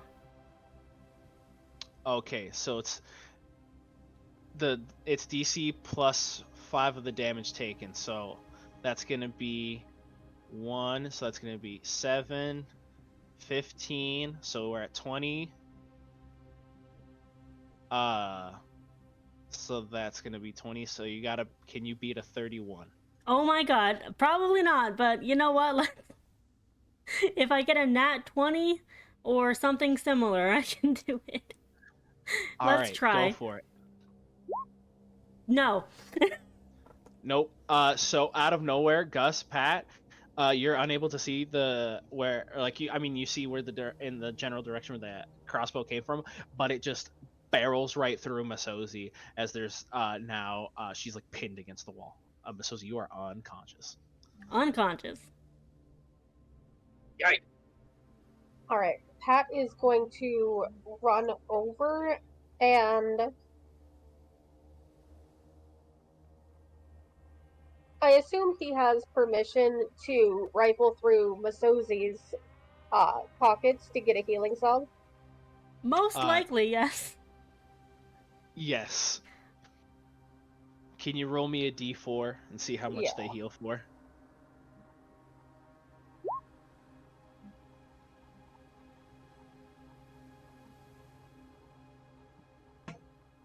Okay, so Masozi, you pop back up with 3 HP. I'm still pinned to the wall, aren't I, though? Yeah, I'm sure Pat can just medically this is not accurate. Whenever you are pierced with an object, please leave it inside of you. Otherwise, you will bleed out. But this is fantasy land. So we're gonna say that Pat is able to carefully extract the arrow and remove you from the wall that you were once pinned at. Well, I'm like mid healing, so. Yeah, I just want to let you know, had the that last 6 I rolled not been a 1 or had been anything higher than a 3, you would have been outright killed. Yeah, I know. That's why I'm like, oh fuck. So that just happened, gang. Yikes.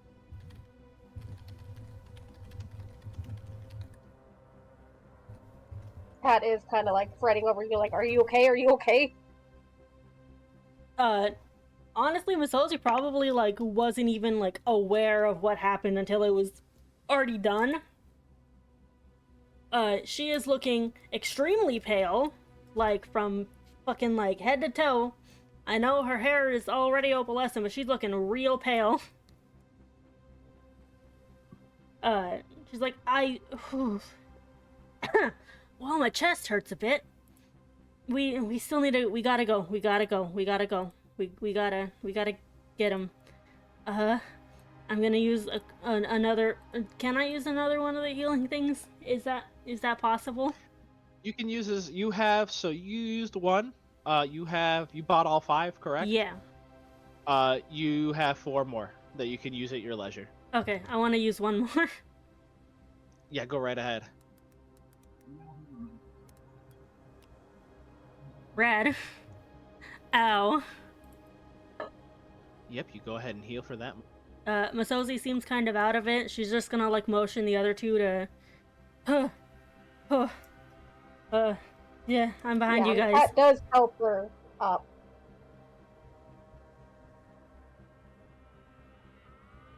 Yeah, so y'all are gonna have to take charge because Masozi is just like following and kind of hiding behind the two of you now.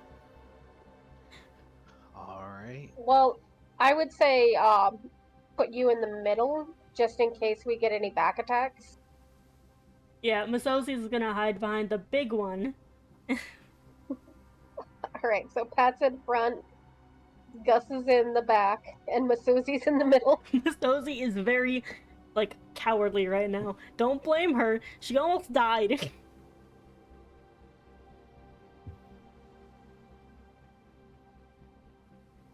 Alright, so you guys are heading down. Yeah. Alright. I feel like this is a good stopping point for tonight. Yeah, it Agreed. seems like a pretty solid stopping point. Masosi's like, Yeah. ha!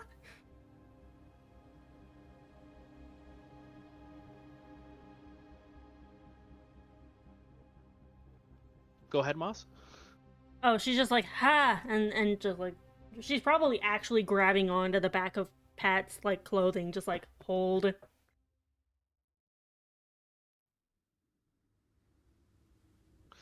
All right. So you guys are descending down into the next episode. You guys will finally be descending down into the my brain is not working right now. The archives. Um, after seeing Masozi get straight bopped um before heading down, and you guys hear some slight, it seems like it hears like a crowd of footsteps um as you guys just barely enter the threshold and look up, and you see something that we'll find out about next episode.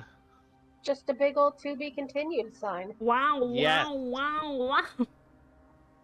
Dun dun dun. Ba, ba, ba, ba. All right. Great job, guys. You lived. Good session. For now. E. How are you guys feeling after all of that? I'm feeling good. Masozi could feel better. I'm feeling good. Pat is emotionally raw right now. Gus is a log for the ride. How you doing over there, Lysander?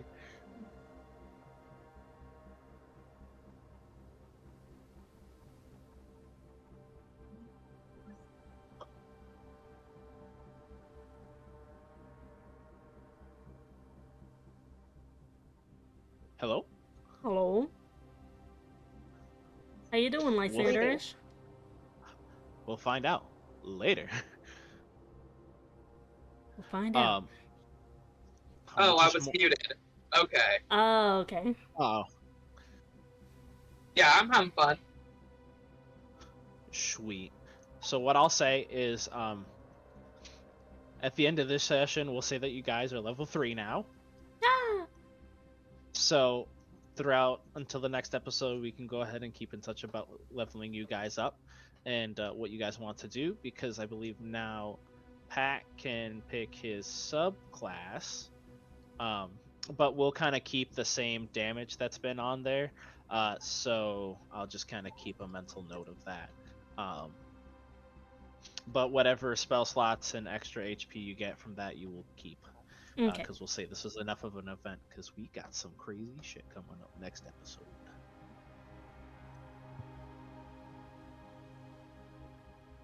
All right. Good job, everyone. Not dying. 10 out of 10 didn't die. Heck yeah. And we're hot on the trail of something. Something crazy. Something that's out to take y'all out, too. Exactly. I mean, Pat's from the guild. This is just a normal Tuesday night. For me, it was Tuesday. Well, thanks again, everyone, for coming by. Thanks to the person that rated me. Thanks to Kay for being an awesome DM. Yep, thanks for the good session. I had Yeah. a lot of fun. And thanks to Rafe and Lysanderish for both being fucking rad. Thank you, thank you. Y'all are, I would agree that all three of you are wonderful players. You guys are all doing fantabulous, and I'm excited to see where this all goes.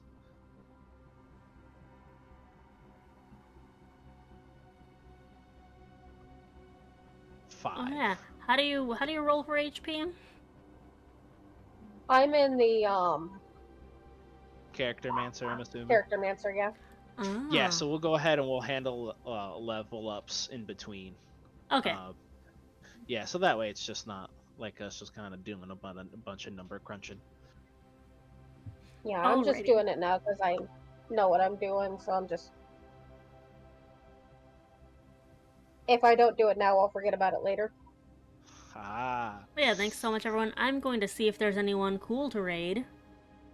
Let's see. Or if anyone has any suggestions for raids, I also am listening to those too.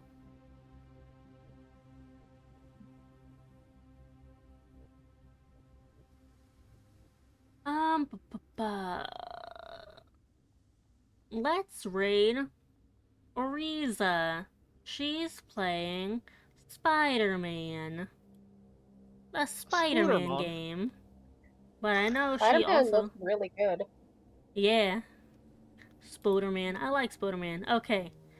I'm gonna start the raid now. Thank you again so much, everyone, and thank you all of the folks doing the D&D with me. Alright. Share lots of love with her. Bye, everyone. Bye. Bye Bye. bye.